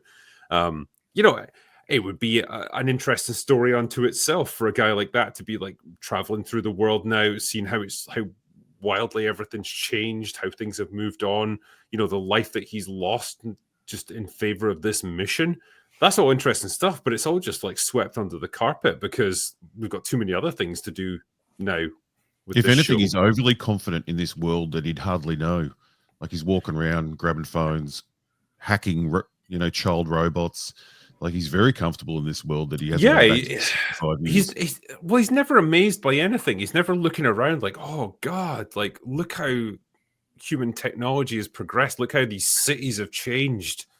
Or you know, let me like catch up on like 65 years of human history. It's nothing. He's just like carrying on, like nothing's happened. I absolutely hate that this is a prequel and that, you know, Ripley should be the first encounter, the alien, but not just the alien, but when Ash freaks, like, am I wrong here? When Ash freaks out, aren't they surprised that he's not human? Like even the fact that he's, you know, synthetic, it surprises them as much as anything. But here, robots and synthetics and cyborgs and that are all over the place. I don't even know why they were surprised Ash wasn't a human now. The more they add to this fucking lore, the more confusing the later films are going to get. And hence why I'll just be like, if I have to pick one as canon, it ain't going to be you. Like Alien Earth. What they're doing here is the equivalent of Star Trek Discovery, where it's like you have Michael Burnham, who secretly fucking engineered everything that we ever saw in the original series of Star Trek. And, you know, she was Spock's half-sister or something, but no one ever talked about her because she became classified. And like that's their justification for all this bullshit. That's the equivalent of what we're doing here. We're just rewriting stuff into the canon. It doesn't make any sense. Who cares? Like we'll find some convenient excuse at the end of this show to like undo all of it. And like you guys say, it'll probably result in a nuke or something going off, and everyone involved in it will just get killed. You know what's crazy watching Gary's video? Gary trying to explain the mid-quel, requel, prequel. I got a headache watching Gary try to explain it like the whole timeline. Like, all right, man. I found that during Alien Romulus when I found out, I'm like, what the hell is this movie? And I heard it was a midquel, but in truth, it's an interquel. And there's sidequels and requels and paraquels and all kinds of crazy quels. I hate what they do with all this stuff. Everything in the Alien universe has to happen in accordance with Alien or Aliens, like as marketing. I mean, it's like it either happened before, during, or after those films. It's always referencing those films. Nobody says like ours takes place just before Alien Resurrection. Like what? No, what? Like ours is going to be the sequel to Alien Covenant, which technically this is, by the way. It's just in the timeline, but who the fuck cares? Everyone was just wondering, where does it sit in relation to Alien or Aliens? It's like it's a prequel. Yeah. Well, Terminator did that first, didn't it? Because you had Genesis, which was like an interquel, because it starts before, it starts after the events of the first movie, but then it jumps forward to like after the events of the third one. And that movie is fucking baffling in terms of the timeline. It sends a T-1000 back to kill Sarah Connor in T1 after she's made friends with a T-800 from her childhood. Yeah, I hate those fucking films. Pops. Yeah, but I think that's the first example I can think of where they really started fucking with the chronology and the timelines of like a major franchise like this. And yeah, Aliens is obviously... It is incestual is how I would probably rank these kinds of sequels, where they're just desperately trying to reproduce within their own DNA, like more. It's not even that, it's cancerous. That's what it is. It spreads. Why not both? Well, yeah, incestuous cancer. Oh God! Hey, we got a name for our era of media, everyone. Incestuous cancer. Yes, we coined the phrase right here. We did it. Well, you guys have seen with the whole remember the Predator Hulu movie, yay, and lead into Badlands and the whole DLC cameo with Arnold and Danny Glover. Yeah. I mean, it's just, Badlands is November, isn't it? Mm-hmm. Wow. Yes. And I mean, people I have hope been it's saying as the good as best year Killer of ever. Killers. Did any of you guys actually watch that? Nobody Yeah. did. No, I did. I remember. on Hulu they put out a deleted scene where they had Arnold and Danny Glover again. It came out like 2 weeks ago. An extra 40 seconds of footage. Hell yeah. That makes So it what, really like good. CGI Arnold or? Yeah, well, Animated, right? Yeah, it's animated. So it's like, well, Right, they showed Dutch and hair again. So that was the extra footage Yeah. that we needed. I've heard it said this is the best era for Alien and Predator. They're getting amazing iterations on their franchises, as opposed to the reality, which is they're just like Jurassic right now. There's no fucking difference. So we're gonna I have go to back put up to now for the rest of our lives. Young people saying, "What order should I watch the Alien series in?" It's just going to make in the old people's home just screaming at some young nurse what order to watch them in. The answer is easy. It's just like watch 1 and 2 and then forget everything else. Yeah. I love how when you say that, Release it's like, the sorry, second one. you talking about Terminator? You're like, no. You're, oh, you talking about Predator? No. He's like, oh, you talking about Alien? You're like, yeah.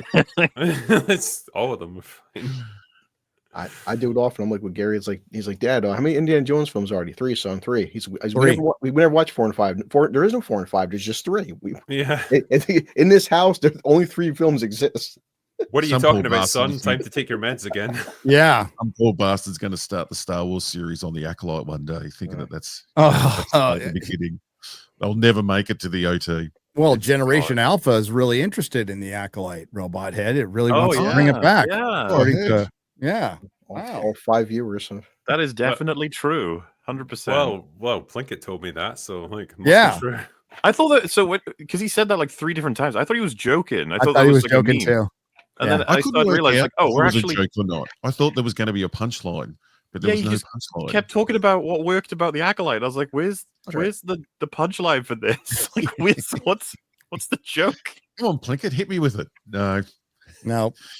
Get Ryan out again. Get Ryan to come and swear at us for a moment. And then someone make an Acolyte petition. They did, yeah. They did. They made a billboard that made it to Times Square. Renew the Acolyte. Yeah. I straight up hope that they do. Like, I do too. Unironically, I hope they make a season 2. I feel bad for Manny Jacinto as well, because it's like I think we can all probably agree he was the best thing that came out of that show, like in a terribly, horribly written show. It's like, hey, he's pretty cool. I think he could probably act in something else too. He wants, but it's like his fucking like whole persona now is just trying to get Acolyte season 2 made. It's like, dude, move on beyond it. You're becoming like that guy who played Draco Malfoy in the Harry Potter fucking movies. Like that's all you can talk about. Come on, man. Leave it. Acolyte season 2. Let's go. Let's go. Sure. Let's go. Yeah. There was one Branchu says, "G'day, gentlemen. Today I turned 40. Oh my God. Like Gary, I am now become old. Just wanted to give something back and say thanks for everything that you do and have done over the years. Hope there's many more. Thank you, my friend. And don't worry. Getting old's okay. It can happen. I've been reliably informed it happens to 100% of the human population. Yes, it does. Except for Susanna Hoffs. Yeah. Yeah. Let me ask you guys a question. You remember the Marvels? Do you remember? I remember. I think so. Big success that was. So several years down the line, Nia DaCosta has weighed in on her experience of making that movie and what she thinks went wrong with it. Now, if I was a cynical man, I would say it's because she's got a 28 years later sequel coming up that she directed, and she wants to resurrect her image and her reputation as a director. That is a conspiracy theory, and you're a bigot for bringing it up because that's a black woman. It's crazy, I know, but sometimes people go into ass-saving mode, and this could well be what we're seeing here. But yeah, she said, this is shocking news, everyone, but the Marvels lacked really solid script, director says, which was always going to wreak havoc on the whole process. So interesting. I know, who would have thought? She wrote the script. She wrote it. Yeah. She's the meme of Spider-Man pointing at Spider-Man. She's like, look, there's the blame over there, and you look over and she's standing there looking stunned. Never seen someone shift the blame to themselves. Yeah. She says, making 28 Years Later sequel was one of the best filmmaking experiences I've had. Why did they give this to her? Why? Fucking Christ. Going from Danny Boyle to Nia DaCosta. So anyway, one of the issues I had with Candyman and Marvels, the two other films that she's worked on in her entire career, was the lack of a really solid script, which was always going to just wreak havoc on the whole process. Yeah. She also co-wrote Candyman. Exactly, yeah. Jordan, And it's kind of like, well, okay, the two other movies that I've directed and written in my career were fucking disastrous flops. But it totally wasn't my fault, even though it was the script that was the problem. But this one's going to be great. That tracks for a woman saying that. Are you saying that women don't like to take responsibility for their own That's fuck-ups? exactly what I'm saying. You chauvinist. I also just don't buy this shit. Like, you are responsible for a lot of the Marvels is crap. Like the idea that I got a bad script and that's why it's bad. It's like, you're the director. I would still rather... made you made more decisions creatively than anybody else on that fucking set. I mean, by the sounds of things, like she claimed that she got like swallowed up by the Marvel machine. She was. You remember that quote from her? She was like, "Oh, we were shooting scenes where I had no idea what they were even for. We were just told to shoot them." That's what you want to hear from your director, don't you? Right. Listen, I may have seen a lot of behind the scenes shit for the Marvels, and if you watch it, she's making plenty of fucking decisions. She's owning plenty of it creatively right before it crashes at the box office, and then suddenly it's got nothing to do with her. It's like, I forgot the Marvel's budget was 270. 270 million production budget, not counting marketing. And it only did 206. But according to the Gun Bros, though, you don't count marketing. That doesn't count towards the film fund. Marketing's free, money. Don't you know? Yeah. Wow, you can have billboards around the world, commercials and stuff. It's all free. Marvel's made it back in merch, guys. Okay, that's where they made their money back. No, it lost $300 million. That's insane. We can all seem to recognize that there's like a Marvel sludge pipe that they all go through, but they're still not all just as bad. They're like different flavors, and that has to be to do with the people who are making them, right? It's not like there's a studio head who randomly is good or bad at controlling the movies, or better or worse, or whatever. But the Marvels, I assume everyone here thinks Fantastic Four was better than the Marvels. Yes. Are you kidding? The Marvels was glorious. It was almost as good as War of the Worlds, MauLer. So it's like, why is that? It's like probably because Shackman's better than Nia DaCosta. Probably, I'd imagine. And you'd be like, oh, but the directors have no control. It's like, they do. It's not great control. It's not the kind of control that encourages them to come back.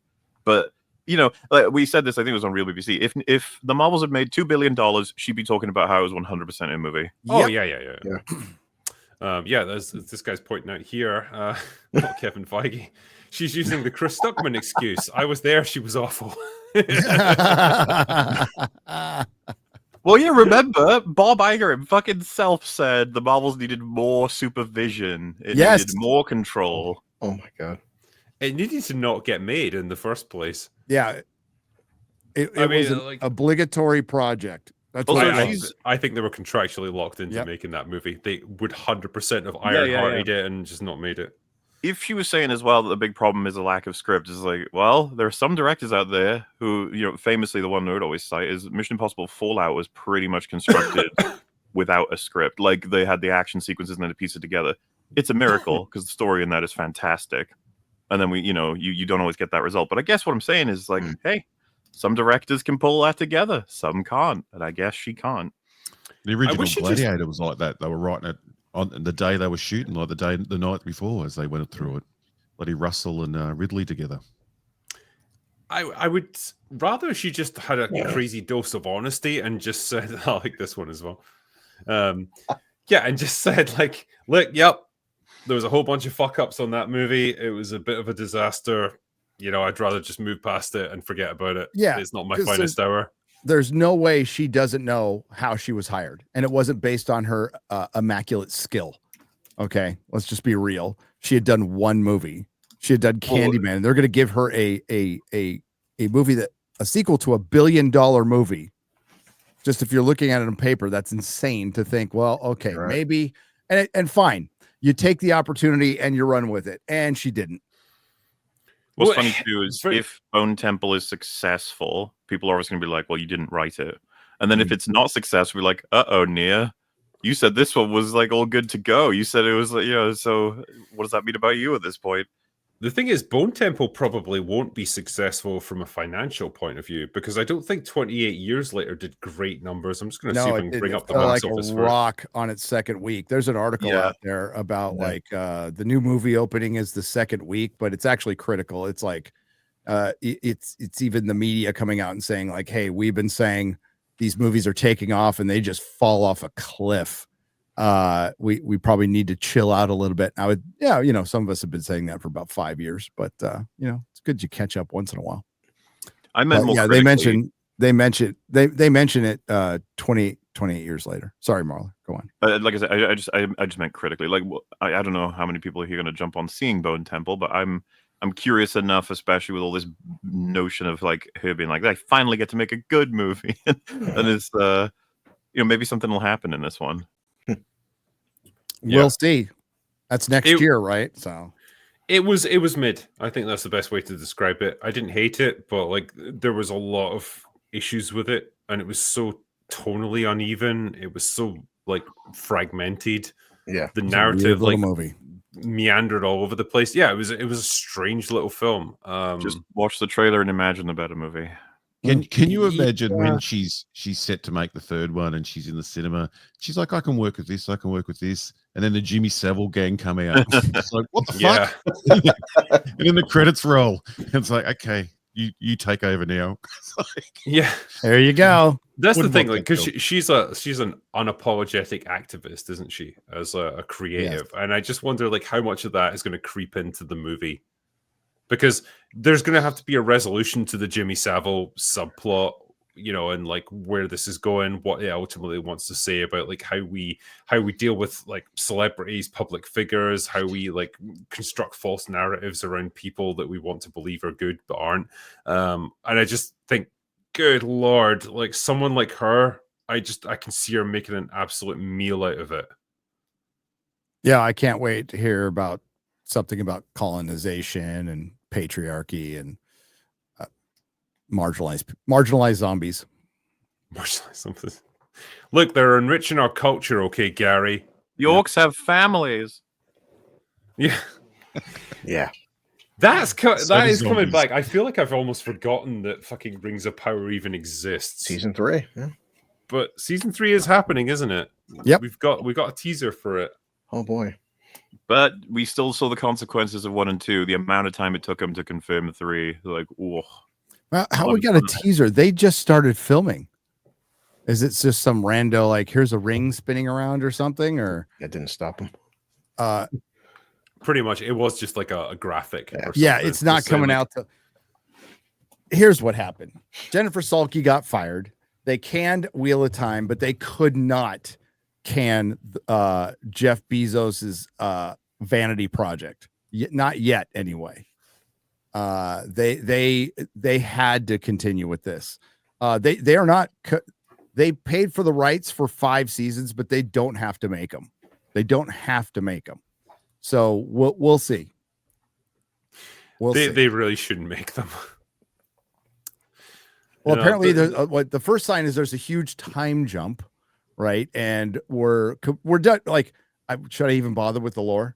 They're doing everything out of order still, like absolutely out of order.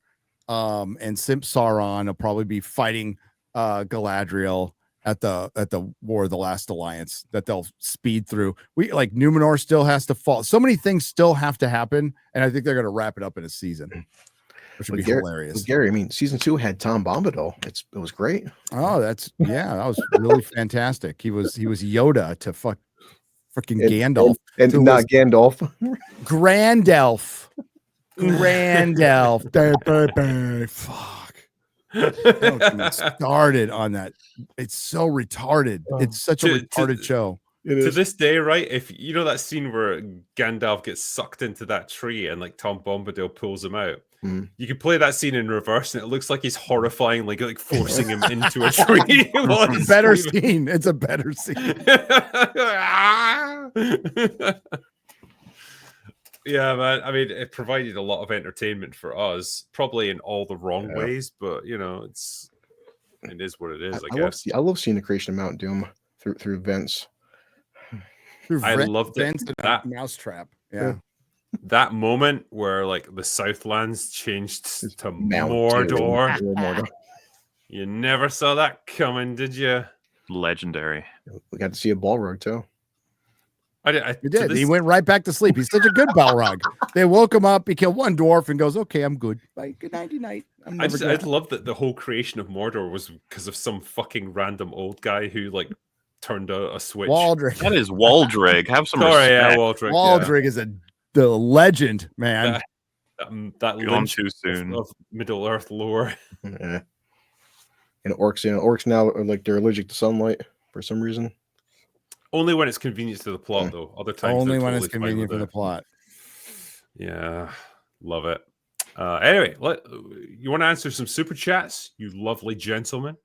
Are you ready? Are you ready for questions? Because they're going to come our way, and it's going to be intense.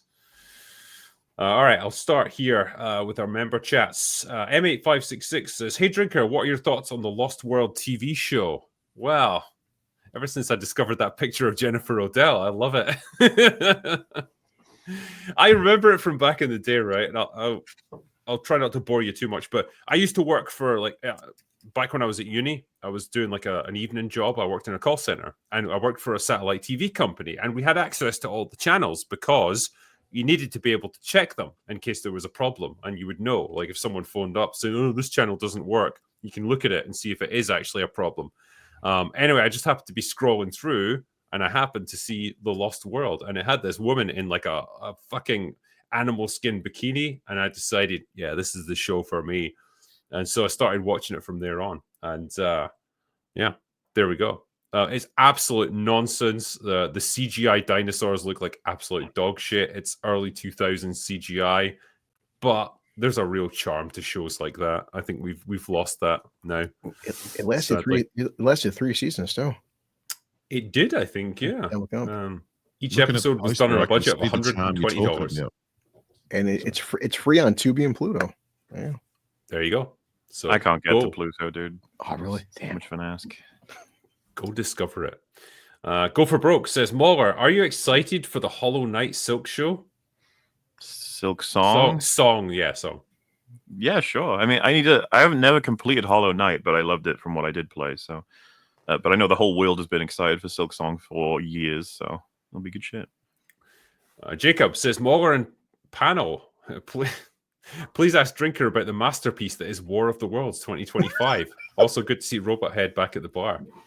Yeah, if you haven't seen that movie, man, watch it. It'll change your life for the better. I've seen it multiple times. I'm seeing it right now. Yeah, Jacob also says, "MauLer, on EFAP you mentioned a video of a professor accusing his classroom of cheating, then having a breakdown. Please watch it Saturday. It's a baller." Someone did link it to me. It's a sketch. I thought it was like a real thing that they were talking about. It is funny, but it's not like, a thing that happened in a university or whatever. Boo. Cassib Ness says, "Alien Romulus, Alien Earth, just Alien Kronos needed to score bingo on all three of the main Star Trek homeworlds. Feel free to steal this joke." That's a good point, actually, yeah. Reno the Turk says, "Ridley Scott being a retconosaurus has always been there. Changing Deckard to a replicant is stupid and goes against the themes presented by the movie and the author. Harrison Ford hated the idea." I'm on the fence with this one. I could entertain the argument that Deckard is a replicant. I don't think it takes away anything meaningful. You just have to reformat the like when you make a statement like, "Isn't it way better for a human to have learned from a replicant what it means to be human?" Why can't you then double up the layer and say a replicant that believes it's human learning from another replicant how to be human? It's just quintessential sci-fi. I don't think it takes away or necessarily is better or worse. It's just there's questions infinitely to ask about all of it. Well, yeah, and the tragedy of a replicant ultimately killing its own kind because it believes that it's a human doing the right thing, when in reality it's killing its fellow replicants. Like, I think that's an. I think it's better to have an assassin that is human that is killing the replicants, start to see them as human and see that. I think that's. But you have that as well. It's an extra. It's still a robot doing robot stuff. Robots. Yeah, but he doesn't know. That's why it's still meaningful. Oh no, we're going down a whole No, I mean it's Debate and been an ongoing debate since the film came out. A lot of people say like, "Well, you got to read the book," and it's like, "Book isn't the film. Book's not the film." He's right. Yeah. Well, which version of the film you got to watch? Yeah, there's been I mean, five of we them can at break this that point. down. Final cut. We can talk about the Final. one I saw in the theaters, which would be considered the original film, even though Ridley Scott was unhappy about it and Harrison Ford was unhappy about it. But I liked the voiceover. It was very Reno the Turk. Harrison Ford fucking hated it. He vowed to give the worst performance possible for those voiceovers. and it's still Reno the better than Turk- anything made today. Yeah. MauLer, explain the arm that Arnie leaves behind in T2 after he's dropped into the hot, sexy lava. Was this planned by Cameron to justify the T69? What size is his prison guard outfit? Hashtag my God, it hurts. MauLer, explain it all. We go into Brett and Gleason territory. I'm not sure.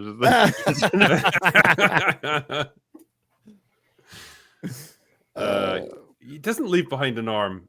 Oh wait, no, I he does. assume all of that was yeah. Well, he throws it in. Yeah. Wouldn't no, because like he gets one of his arms is caught in like that machine, Oh, you're right? right. When he has to like break it off, so it's still there in that machine factory. You just headcanon that they sorted that out. You don't need to assume they left it behind. But the funny thing is, if there was a Terminator 3 that was as amazing as the first two, then that could have been a way to facilitate something like that, I guess. Oh God, why do these Terminators keep leaving arms lying around? Gosh darn it. Keep The third leaving Terminator arms. looks pretty amazing. She was a nice looking woman. She was. Hey, That's all man, that matters. Terminator Boobies 3, grew. I would take 1,000,000 of them before Dark Fate or Genesis. Oh yeah, Oh, yeah. God, yeah. Easily. Yep. Reno the Turk. When they make the open bar movie, who will be cast as you guys and guests? Cumberbatch for Drinker. Robotkins voices MauLer. Josh Brolin as CGI Gleason. So, yeah, who's going to play us? Well, Pedro Pascal will be doing someone. Gary, might do it. I want Ian McKellen to play you. Yeah, that would be Actually, yeah. I want Bella Ramsey to play me. old game. Yeah. Oh God. Wait, I want Pedro Pascal to play me. Yeah. I mean, Pedro Pascal for everybody. That'd be great. Yeah, sure. He can just do everyone. Is that coming to an end, do you think? Or is he? Are we still going to have to put up with him? I think No, it's coming to an end because I think this is the year people seem to have actually gotten really annoyed with him. Doesn't he have like 2 movies coming out next year? I'm not even He's joking. got 10 movies coming out next year. That's like a low number for him. Exactly. Yeah. Yeah, Slacking slow off. year. This guy sounds familiar. Happy to hang out with MauLer, Gary, and Robot Head. Yes. I like 3 You don't have to guys. pay us to be here, Jesus. Yeah, you're here. You also only mentioned 3 people. So. Yeah. Yeah, when they make... Oh, right, sorry, yeah, we already had that one. Apologies. Zeddy Boy says, why are you guys talking about the Marvels? Isn't Spider-Man coming out? That's true, yeah. Eventually. It We're is. gonna- If that rumor of Yelena being in it is true, that's horrible. Why are they trying to make Yelena mean- a thing? I don't know. I've asked about it. I haven't gotten an answer yet. So Gary, how do you feel about John Bernthal's Punisher mixing with Tom Holland's Spider-Man? It seems like such a weird mashup. it's a weird match, but I'd rather see that than anything else. Than Mark Ruffalo playing the Hulk. And he's going to be in it too. Yeah. Yeah. I'd No one rather wants just see a Mark CG Ruffalo. Savage Hulk played by a stuntman. Just going Hulk smash. I don't need Mark Ruffalo in it. I think it'd be if they bring in the Jackal, and it could be interesting if they riff off the origin a little bit and just do some Spider-Man stuff. The costume looks great. Yeah. I think the movie's going to make a ton of money, but doesn't have the same director. And now we're hearing like if that, I don't know if it's true or not. If it's true, Yelena's going to be in that. That brings the whole fucking thing down for me. Is Sorry. Mark Not Ruffalo still sorry. going to be the weird hybrid Hulk where he's neither? Apparently. Professor. Okay. No, he's going to be Savage Hulk in this. Oh, Well, that's something. Yeah. Because once he transforms into the Hulk, there's no real Mark Ruffalo input, is there? It's just all CGI. You can do whatever you want with it. I mean, it's all mocap, but yeah. Yeah. He can go off and protest something at the same time. Exactly, yeah. Support current thing. Flav says another month, another freebie. Almost 2 years now, Mr. Drinker. Hail to yourself and MauLer, and thanks to all the great content that you both make. Thank you. And to the rest of our bar as well. Absolutely. Starbucks Meg. Oh, I like he's got Ace Rimmer there. Can we address the fact that someone on alien Earth must have a foot fetish? Clearly wanted Cavalier to spend most of his time using his feet on his laptop. Also, please drop the rock music intervals. Yeah, I fucking hate that. Especially when they use songs that like don't really match what happened at the end. No. You know, usually like when you bring in a rock song, it's telling you like where it's going or what, like it's painting a picture. It's just like, no, I like this song. Let's put this in. And then some Metallica from the fucking Black Album. Stop. When I think about the soundtrack for the first two Alien movies, they are so atmospheric. They perfectly capture that dread, the horror, the action scenes when you get them. Like they're intense, they're unnerving, they're perfect. And then you get crap like that where it's just like, yeah, let's throw in a random rock song. What's that telling us as an audience? What are we supposed to feel from that? That guitar solo in the last episode was just fucking me off. What? The one in not the end, the Yeah. one in the middle of the show. Yeah. I mean, we need so much context for these characters, Robot Head, but we take 5 minutes to roll Wendy on a gurney to a guitar solo. Like, what the hell are they doing?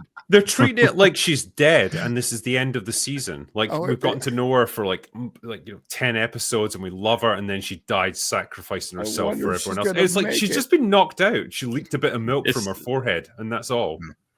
I thought it was funny too that it was like, will she be saved? And then the doctor guy turns up and was like, oh, it's low sperm count guy. Yes, you can save us. I don't know anything about these people. It's like that bit in Hot Shots where it's like, is he going to be okay, Doc? And he's like, can't say for sure. I'm not a very good doctor. I can't wait to answer her. What's her psychic connection to the Facehuggers? That's going to be such a big reveal. Yeah. Can you grow an alien inside a lung? Apparently I don't know what the fuck was we that. Didn't What are they the doing? lung. Yeah, as he's dissecting the Facehugger, she's all screaming like, "What? Like, do you think it's going to swim down the tube into his actual body and then impregnate in there instead, and then burst out of him so that it escapes containment? God, I hope so. I hope his chest bursts. How quickly did he accept that was his sister? That blew my mind, dude. That was crazy. And then he looks at her like it's his sister. Like even if in his mind he knew it was, you still wouldn't react to this completely different person as the person you knew. But he doesn't have any problem with it at all. There's a whole TV show just about that, of like the moral dilemma of like, is this really your sister, or is it just like a photocopy of her personality in a robot body? We've blasted through like 7 TV shows in this show. It's insane. Like the concept of moving people at all into a robot body is like, that's a TV show. It's like, what about children who then have to learn how to live life as in an adult body? It's like, oh, that's a TV show. What about a ship that crashes on Earth that has alien specimens that could destroy the whole ecosystem, and the different companies are rival to get to it first? Like, that's a TV show. What about when the crew on the original ship are getting hit by all these new species and there's a cyborg on board? It's like, that's a TV show. What about searching through the fucking ship? That's a TV show. It's like, well, we're skipping all of that. Yeah. It seems that Disney just found out they need a male audience after all. Color me shocked. I know, it's crazy, right? They might hate us, but like turns out they kind of need us at the same time. The most realistic thing about Alien Earth is everyone watching older media for fun instead of anything new. Yeah. That's kind of interesting, actually. I mean, everyone knows like this month is Jaws 50th. Yeah, sign of things to come. How do you justify old CRT monitors and that Ice Age got made? It's just, again, it's just throws you out of the show. Like, I love that 80s tech sci-fi. Like it's awesome. But then you put in Ice Age, it's like, so we made Ice Age, but then we went back to these old monitors and computers. Okay, this is why you shouldn't ignore that, because I love Alien.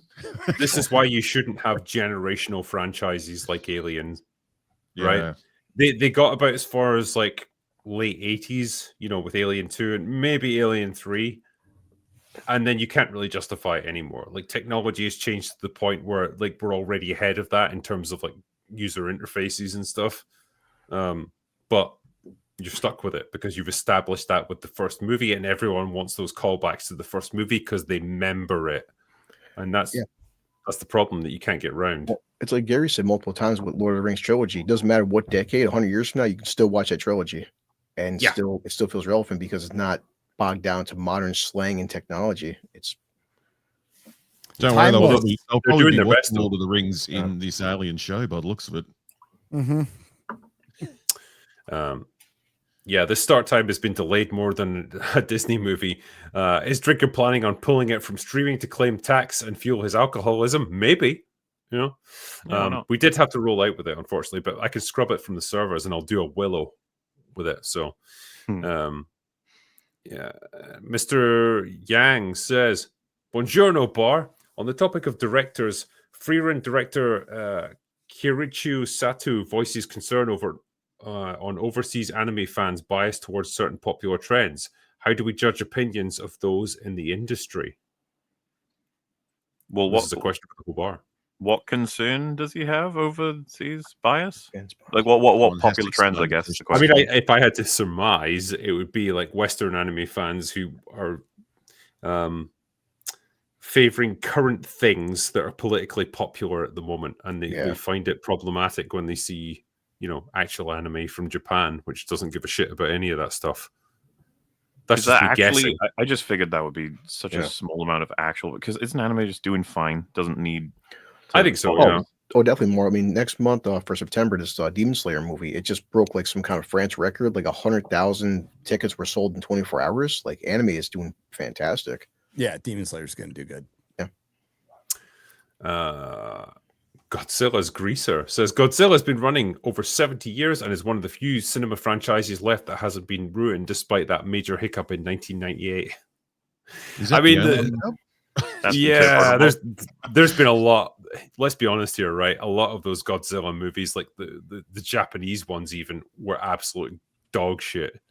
I'm sorry, dude. -1 has just annihilated the rest of them, as far as I'm concerned. It made the scale clear. When you watch something like Godzilla X Kong and it's just retarded slop, and then you're like, yeah, but I don't care about retarded slop for Godzilla. It's like, yeah, but -1 shows you can have everything you're looking for, and you can have a really good story. Yeah. Yep. Master of Puppets says, what movie flopped at the box office that you wish had been a success? For me, it's Dread from 2012. I think that's a fair shout. Well, everyone's excited for the new Taika Waititi Dread. That's not happening. He's not making a Dread movie. He's got the rights to it and he's shopping it around. Why and the if fuck anyone does he has have the rights? I must have bought them up or something. Ugh. Or like he's partnered up with someone who bought the rights and like he's attached to it as a director, and no production company in their right mind would bring him in to do a Dread movie. It would be insanity. Yeah. Absolutely crazy. But yeah, in terms of movies that we wish had done better, Blade Runner flopped. The thing, there's lots of flops that. You know, one that just absolutely should have been a runaway success. Big Trouble in Little China flopped. Battlefield Earth. What a legendary film. Can't believe that flopped. Ridiculous. Crazy. The one that surprised me, I think it was from last year, was The Fall Guy. The Ryan Gosling one. I thought that would have done really well. All practical effects too. Yeah. Not going to claim that it was like some, amazing piece of cinema, but it was like just a fun, feel-good action movie. Thought it would have done okay. Date movie 2. Girls and guys both go.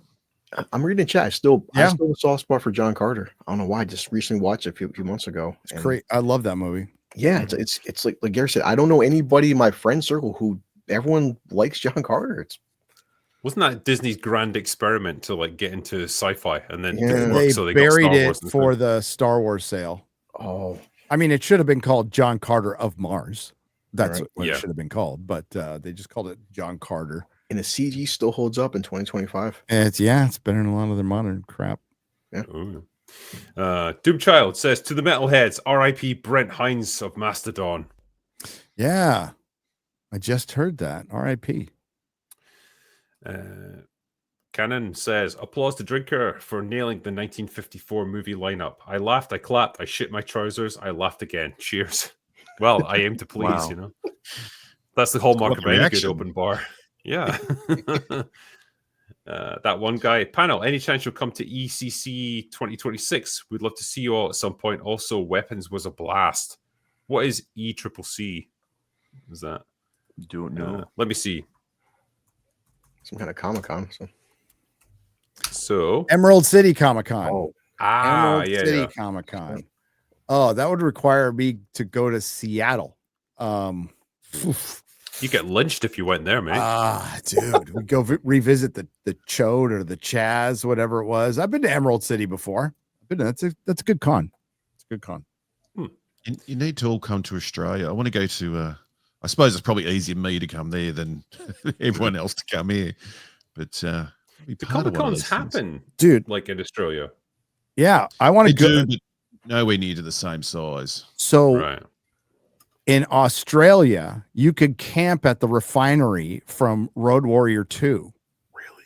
You can. It's reset up. They have some of the shelled out cars there. Somebody showed it to me a couple of years ago, and it's cheap. Do you mean Mad Max 2? I don't know this Road Warrior. What you're talking about? Road Warrior. It's America. We know. Okay, I'm just gonna say it. I know it was made in your country and everything, but I just want to. We own it. You know that. America's more important, so it's what we call it. Road Warrior 2. Road Warrior 2, fantastic movie, one of my favorite all-time movies. And you could camp there like overnight, and I don't know, get attacked by 7-foot spiders or whatever happens over there. But it was standard practice in Australia. I guess. I want to do that. I mean, Road Warrior wasn't no Furiosa, but it tried. Oh, what's going on? Oh. Don't mention Furiosa, man. That might upset some people. I might send some people over the edge. Your boy Zach's just fucking molding out right now. Wanker. Anyway, Deval, you're given creative control of the Alien franchise. You must create stuff, right? Okay, you got to make something. What kind of story would you tell? Also, Alien or Aliens, which do you prefer? We've answered that question, so we can get straight to the meat of this one. What kind of story would you do if you had to do an Aliens story of some sort? So fucking annoying, because I would, if I had complete control, stop it. It'd be like, they're perfect, leave them alone. We don't need any more stories. Yep. But MauLers, what if? If you're forced to, I don't know, man. It's like you have to make a decision between, do you want to expand where they came from, release style? Do you want to take them to Earth, Paul W.S. Anderson and apparently Alien Earth style? Do you want to go further with Ripley? Or do you want to go further or distant without any characters you're familiar with? Yes, these are all the options. Ripley and Newton Hicks get to ride off into the sunset, man. After Aliens, they get to go home and have a happy life. Tell you what, right? Here. We go 100 years in the future and do something different. And guess what? We don't have the alien go up against a skinny brunette woman. Well, check my pitch, right? So, Pedro Pascal and Bella Ramsey go onto a spacecraft that's been infested by xenomorphs, and instead of like falling prey to them, they immediately get to the nearest airlock and space themselves. Themselves because they see Bella's face. Then a squad of colonial marines led by Henry Cavill comes in to take the aliens out, and then it's just a big old battle from then on. Like, there you go. I've made your movie. I'll buy Sydney Sweeney runs around the whole movie topless. Yeah. Full on airplane style. She just runs onto the screen and just bounces around. Oh my God. She occasionally wears jeans. She can occasionally put on jeans just to annoy people. Occasionally. She's got good jeans, I've been told. Yep. Yeah. Eyes to the Skies, Hail Drinker and Longman, have you seen the upcoming Terminal List spin-off show? I think it could be a great use of a prequel to introduce characters that will be present in future seasons of the Terminal List. I have not seen it yet, no, but I'm intrigued. The trailer looks really good. Trailer looks good. It's coming out in like 5 days. Yeah. Looks pretty good. Ginger Adventure, asked on B-Sub, but what's more messed up and which can be saved, Aliens or Predator? Both with Disney, by the way. Yeah, that's fucking tragic. I think Predator's easier to say. Predator, yeah. I agree. Aliens timeline is so fucked. Thanks to Ridley. Well, we're getting there with Predator, right? Because we've had Prey and we've had Predator, Killer of Killers. So, we're messing with all of it, really. A lot of it as well is like, is the Predator still canon? Obviously, no one's going to pretend that it is, but like, how does it, if you take control of any of these fuckers, you just be like, all right, decanonizing everything, everybody. I mean, what Gary said about Alien, if we are in a perfect world with all resources, that is probably what you do. Decanonize everything post Aliens and then make a real Alien 3. Yeah. Hell, hire Fincher to do it. We've still got the original script for Alien 3, which is way fucking better. Where it's like a kind of war arms race, like between space communists and the Weyland-Yutani corporations. Is that the one they made made an audio adventure Yes. out of. Yes, with the original script. Yeah. And it's well received, apparently. Why am I blanking? Wasn't there an Alien anime or was it a Blade Runner anime? What the hell anime just came out? Not the Predator one. There was one last year. God damn it, I can't remember. Terminator had one. Terminator. Yeah. It was Terminator. Yes, you're right. That wasn't bad. I will say was. that was okay. No, it wasn't. Fuck off, MauLer. You just hate everything, okay? I want this to go on record. Like, I'm defending something. I'm defending art against MauLer's rampaging tentacles. Funny. Gary, there actually was a Blade Runner Black Lotus in 2021. Yes. Yeah. Yes. That's why I got them mixed up. I'm like, God dang, all these stupid side things. One season. Yeah. Side quest. Chris says, Drinker, you deserve this. Yes, I do. Thank you. Whatever this is, I deserve it. Cobra Blade. Drinker and Panel, are you excited for the Spinal Tap sequel next month? Truly the follow-up that we've all been waiting for. Wait, what? Excited? I didn't know. Excited is a word like a sequel that I to don't... This Is Spinal Tap. Do you get excited for movies anymore? They're trying to push it. It's not going to be good. Yeah. Excited is not though. I hope it's good. Hope it's really good. It comes out. Marketing has been all right. September. Is there any movies that are coming into the theater this year that any of you are excited for? Toxic Avenger. Okay, that's good. Is it coming to the event? Is it coming in the theater? Yeah, actually, it's August 29th. It's official. Being delayed, been delayed forever. When does the Running Man come out? That's next year, November. I think. November. Is it coming out this year? Man. Yeah. Oh, shit. I don't want to answer the Edgar Wright question that early. He's got a spotty track record these days, MauLer. Like, I want to see Tron. Tron looks interesting. Like, I'm kind of interested, but there's no like, I can't wait for this to come out. Well, you guys are all as excited as I am for Avatar: Fire and Ass, right? Completely. Fire Nation gets introduced in Avatar. Yeah, more blue furries being woke and pregnant women going into battle. Can't wait. Can't wait for the very subtle environmental message that basically says all humanity needs to die. That's my favorite message. I mean, I assume we're all pretty much on board with the humans. I love how those memes just get more and more traction every time, where it's like pictures of Quaritch just going, like, this guy was fucking right. Yep. My favorite is more so the people getting pissed off, be like, he's the bad guy. You're not supposed to like him. And you're like, okay. All right. I like who I want. Yeah. Drinker, would you ever consider having James Rolfe as a guest on one of your shows? I mean, like, sure. I don't think he'd be up for it, but like, my door's open there. It's not like he's, begging me to come on open bar or anything. Logan Johnson, howdy, boys. Do you think Alien Earth would have been better if it was set after Aliens instead? Not that we needed this in the first place, mind you. It would have made more sense. It doesn't matter where you set it. After the original films. Stop with prequels. They just fuck things up. Yeah. Yep. Did it afterwards, you don't fuck anything up. It's so bad though that like even if this was set 10 billion years after Aliens, it's still shit. It's just shit. Definitely still shit, but at least the technology makes sense. Like, shit ideas are timeless, MauLer. Yeah. And it seems that like Hollywood's really leaned into this secondary viewing thing. Like, oh yeah. Because this is Noah Hawley, so he knows how to write. And he wrote this for secondary viewing. It is made for while you're on your phone, checking your DMs, talking to your mistress, whatever you people do. And playing Lord of Rings Gollum. Gollum. And hearing back, I'm glad they explained that to me on the screen. So now I don't have to continue watching it. Yeah, Gary's right. Xanax says, cheers, lads. Drinker, could you share the 10 scripts chosen for the Kickstarter with everyone? I submitted a script, but the results are backers only. We all worked hard. We want to see who made it.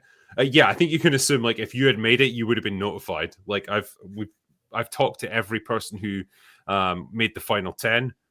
So if you have not heard from me, then I'm very sorry. I'm afraid you didn't make it. But yeah. The rest of it is now for the backers only because they're going to now vote on who they want to win and make the final one. But yeah, we've given some feedback to people just in terms of like, the reasons that we selected the final 10. A lot of the time it was down to budget. People were submitting scripts that were going to require like millions of dollars, like to do CGI, like entire, like, cityscapes and stuff that we couldn't possibly do. So that was a lot of the reason why a lot of them were rejected, sadly. But if any are about a robot-headed YouTuber, I am available if you need someone. I will let you know. Too many IPs are dead and still not buried. That is a pretty good way of looking at it. Zombie franchises. That's all they are. They are dead, but they're still moving. They're being reanimated, defiled, buggered. Yeah, I mean, we had a big talk about it. It's like, how many significant failures does Marvel have to go through before they actually did stop the MCU? Is that even possible? Because it just seems like they keep going out of fucking tradition or something. They have to. They got nothing else. I mean, that's not a really good business way to go through business. Is like, I've got nothing else. Our innovation has completely stopped. There's nothing else that Bob Iger can buy. Fortnite. It's like, oh god, give it something. Yep. Schwabo says 6 long months sober. How to get back on the bike? Wait, what does that mean? Is that like how to start drinking again, or what? Yeah, don't give. Yeah. You probably shouldn't get back on the bike if you've been sober for 6 months. Yeah, dude. No.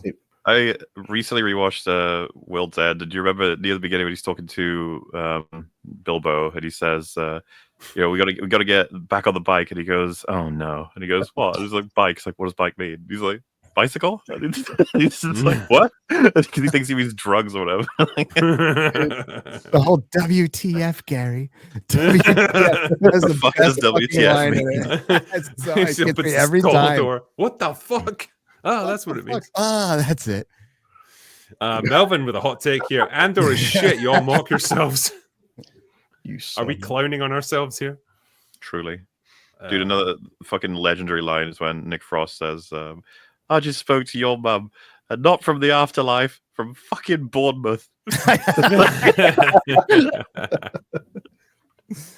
It's the moment where he punches through the door, where he's like, basically, no one knows what's going on, so fuck it. Amazing. What's this? I'm playing Borderlands 3 right now and avoiding the main story because the bad guys are angry millennial YouTuber twins. Yeah. Really? Part 3's got a bad story. Part 4 is coming out this year. Yeah. They're YouTubers? They're making fun of them. real? Yeah. Okay. No, they're just That's funny. Parody. Yeah. Holy shit, the critical doggo is moving, by the way. Yeah. Whoa, come here. Hey, doggo. Oh no, he's going away. He's like, no, I just need to lay down somewhere else. That's what most dogs do. Yeah. Like that piece of floor is no longer comfortable. Or greyhounds are not well set up to lie on like hard floors because they're quite bony. Now he's what are you doing? You coming over here? No? You're just gonna stare at me? He's totally like you're streaming to those weirdos again. Aren't you? You guys see the market for this new horror film from the dog's point of view? I hope he takes a dump. People are going crazy. He might, by the way, he might. It's not been out for a while. I'm just gonna have to hide that. Would that be classed as like nudity or something on screen? It's perfectly fine. I've had a dog drop in a deuce in a video, and it was fine. So yeah, that was the video. That was the video. I can't even. It was referring to Star Wars or something. I can't remember. Star Trek. MauLer and Drinker, thanks again for helping me bully Brawler into watching T2. I tried for weeks to get him to correct his mistake of sleeping on it, but we made it happen. Also, hey, Blue. Just saying, watching it once isn't even enough. You got to stack it to about 3, maybe 5, and then you're okay. You've got to let it really bed in your psyche. Yeah. Let it become part of your personality because, how could you not have watched it by this point? No, That's what I was going to ask. I don't even know how you could do it. You'd have to go out of your way to do that, to not watch it. Yeah. Bad parenting, Drinker. Yeah, exactly. Yeah. I blame the parents. Yeah. Why does nobody mention the elephant in the room? Oliphants, Mr. Frodo. Y'all are going to need to begin to account for Gen Alpha pretty soon. What will the viewing habits of smartphone wielding kids born in the 2020s be like? One wonders. I don't know. We're all going to be fucking dead by the time. I was about to say, hopefully we're all dead. We don't have to deal with it. I will be for sure. You guys got time. Like I've got plans. Yeah. Do you have some kind of internal checklist that you go through while watching a movie to understand it better? Also, Drinker, your War of the Worlds. Yeah. I was going to say World of Warcraft. It's like, I World didn't of do that. Video was great. Thank you very much. And yes, it was the greatest movie ever made, the greatest thing ever made by humanity. Yeah, checklist that we go through while watching a movie.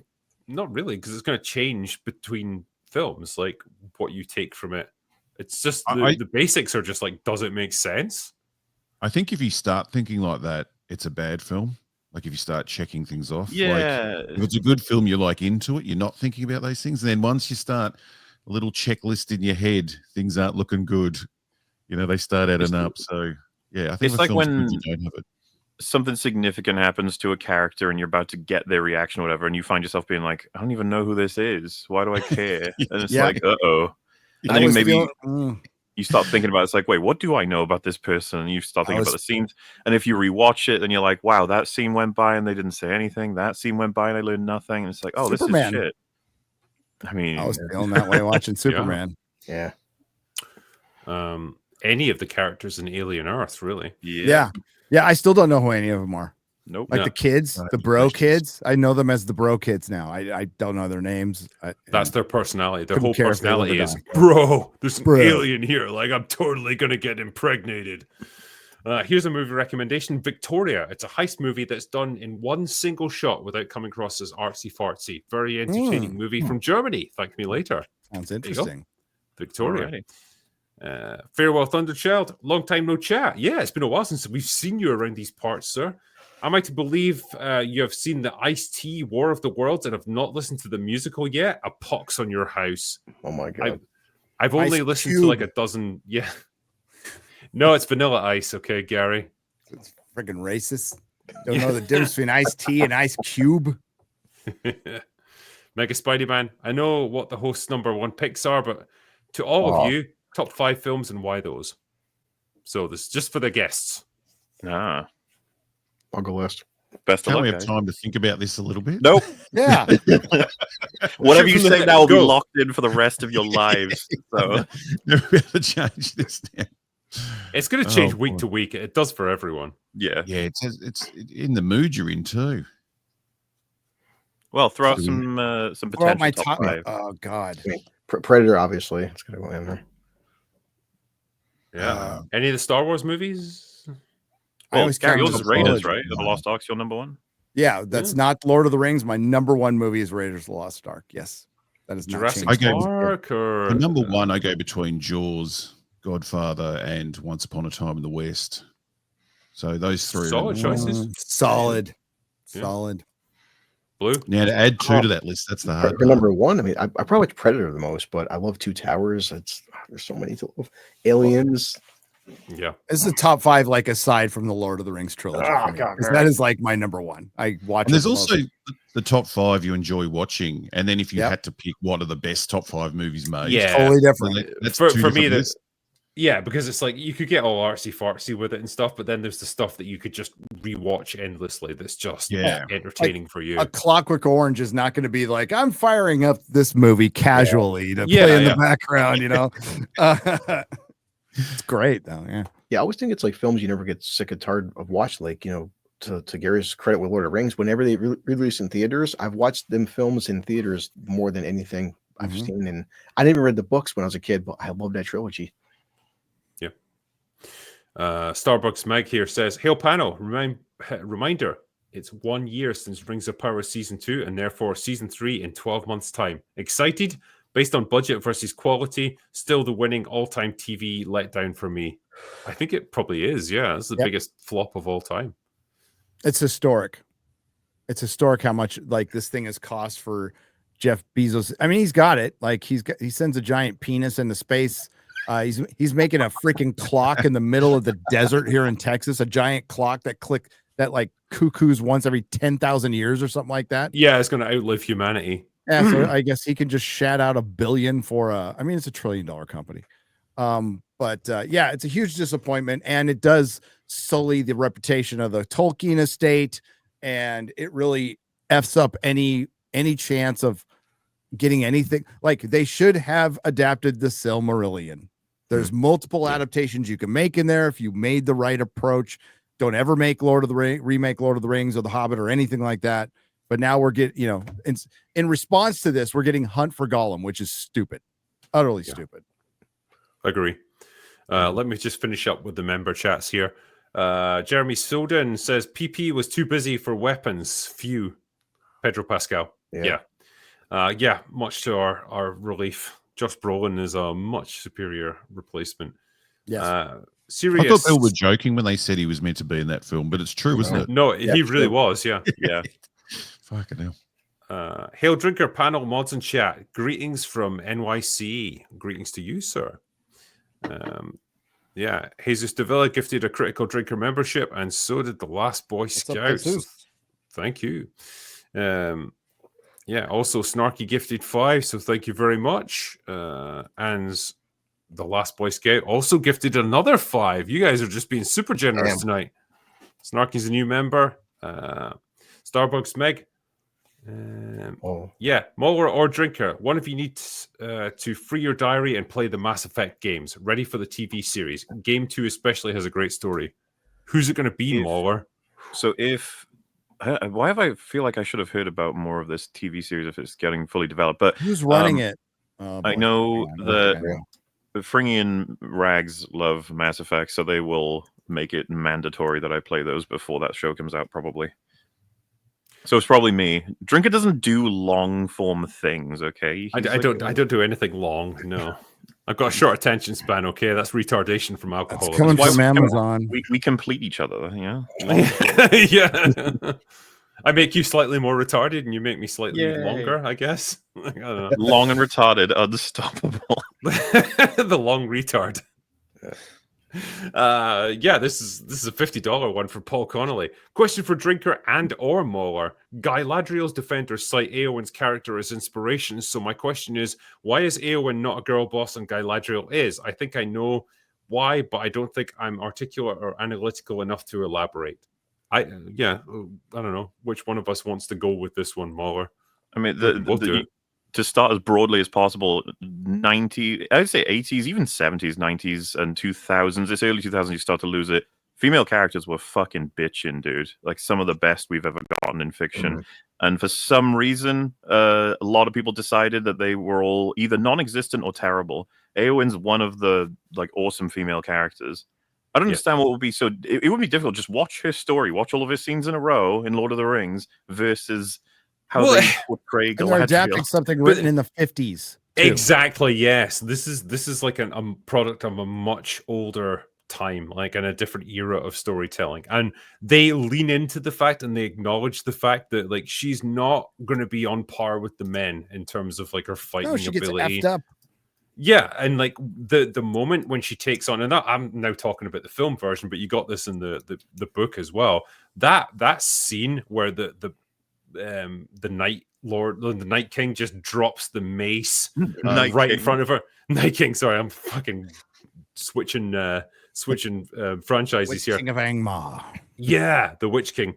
But like when he drops that mace and he's like looming over her as this like enormous like powerhouse, and she's just standing there, this lone figure, like standing guard over her father's body, and she's willing to stand her ground and fight him. That is an incredible scene. It doesn't try to make her look more powerful than she is. It acknowledges her that she is just a frail human, and a woman at that.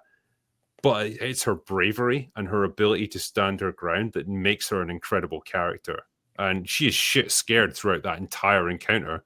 Yeah. She barely holds her own. She gets her arm shattered by this thing. And it's just timely intervention on the part of a hobbit that saves her life. Yeah, man. That is brilliant. Yeah, which both the hobbit and the woman, both like the whole army of the Rohirrim don't want both of them as part of this army for many reasons. But they both have the most important element being the courage to actually fight against the darkness. And it calls back to Elrond in the book saying, like, I'm paraphrasing, but basically the smallest things, the most insignificant things can do great things. People. Yes. It's incredibly inspiring. And, it's not like she defeats the Witch King with brawn. It's quite well choreographed. This is the difference. Yeah, this is the difference, because if they did it now, she would just overpower him in a straight up fight. She would be the better fighter, and it's like you're missing the essence of what makes a hero in this case, and it's so important. It's such a fundamental thing that they just do not get, because they trip over themselves in their headlong rush to make these girl bosses as physically powerful as they can. They're just like men, you guys. They can fight just as well. And it's like you've lost the essence of what makes a character like that brave and heroic and amazing. But hey, Tolkien understood it. And if I had to choose, I would choose a guy who fucking fought in the Battle of the Somme in World War I over some asshole gender studies degree graduate from California who's going to write this crap. So yeah, that's just my take. Brother Voltus says, Drinker, can you watch the Out of Words trailer? Yes, I have watched it. That's for the video game, isn't it? It's like that weird stop motion animation thingy. Graphically, it looks incredible. I don't know much about the story because the trailer doesn't give too much away, but it looks great. I like the style of it. Box Office Brawler. We know this guy. This is the non-Terminator 2 guy. Finally. Good to see old Blue on Open Bar again. How do you all feel about Ian McKellen and Elijah Wood's return to Lord of the Rings? Does this movie have any chance? No, if it's the hunt for Gollum, it's not. I want to ask Gary about that. That Elijah Wood's coming back for the hunt for Gollum. Like, I mean, it has to be at the end, like like maybe like The Hobbit, beginning and end. I have no idea. I love these guys. I love these movies. Leave it the fuck alone. Of course, I'm going to watch it. It's just of course. It's going to be anticlimactic and weird and. Leave it the fuck alone could be said for so many things, so many IPs. Yes. Like, just if they could just hear that message, leave it the fuck alone. So Viggo Mortensen's coming back as well, isn't he? I do want to ask, is there any hope? Because Andy Serkis is a really good fucking director, and that's my only hope for this, because I do like him as director. But yeah, man, director of Venom 2. Yeah.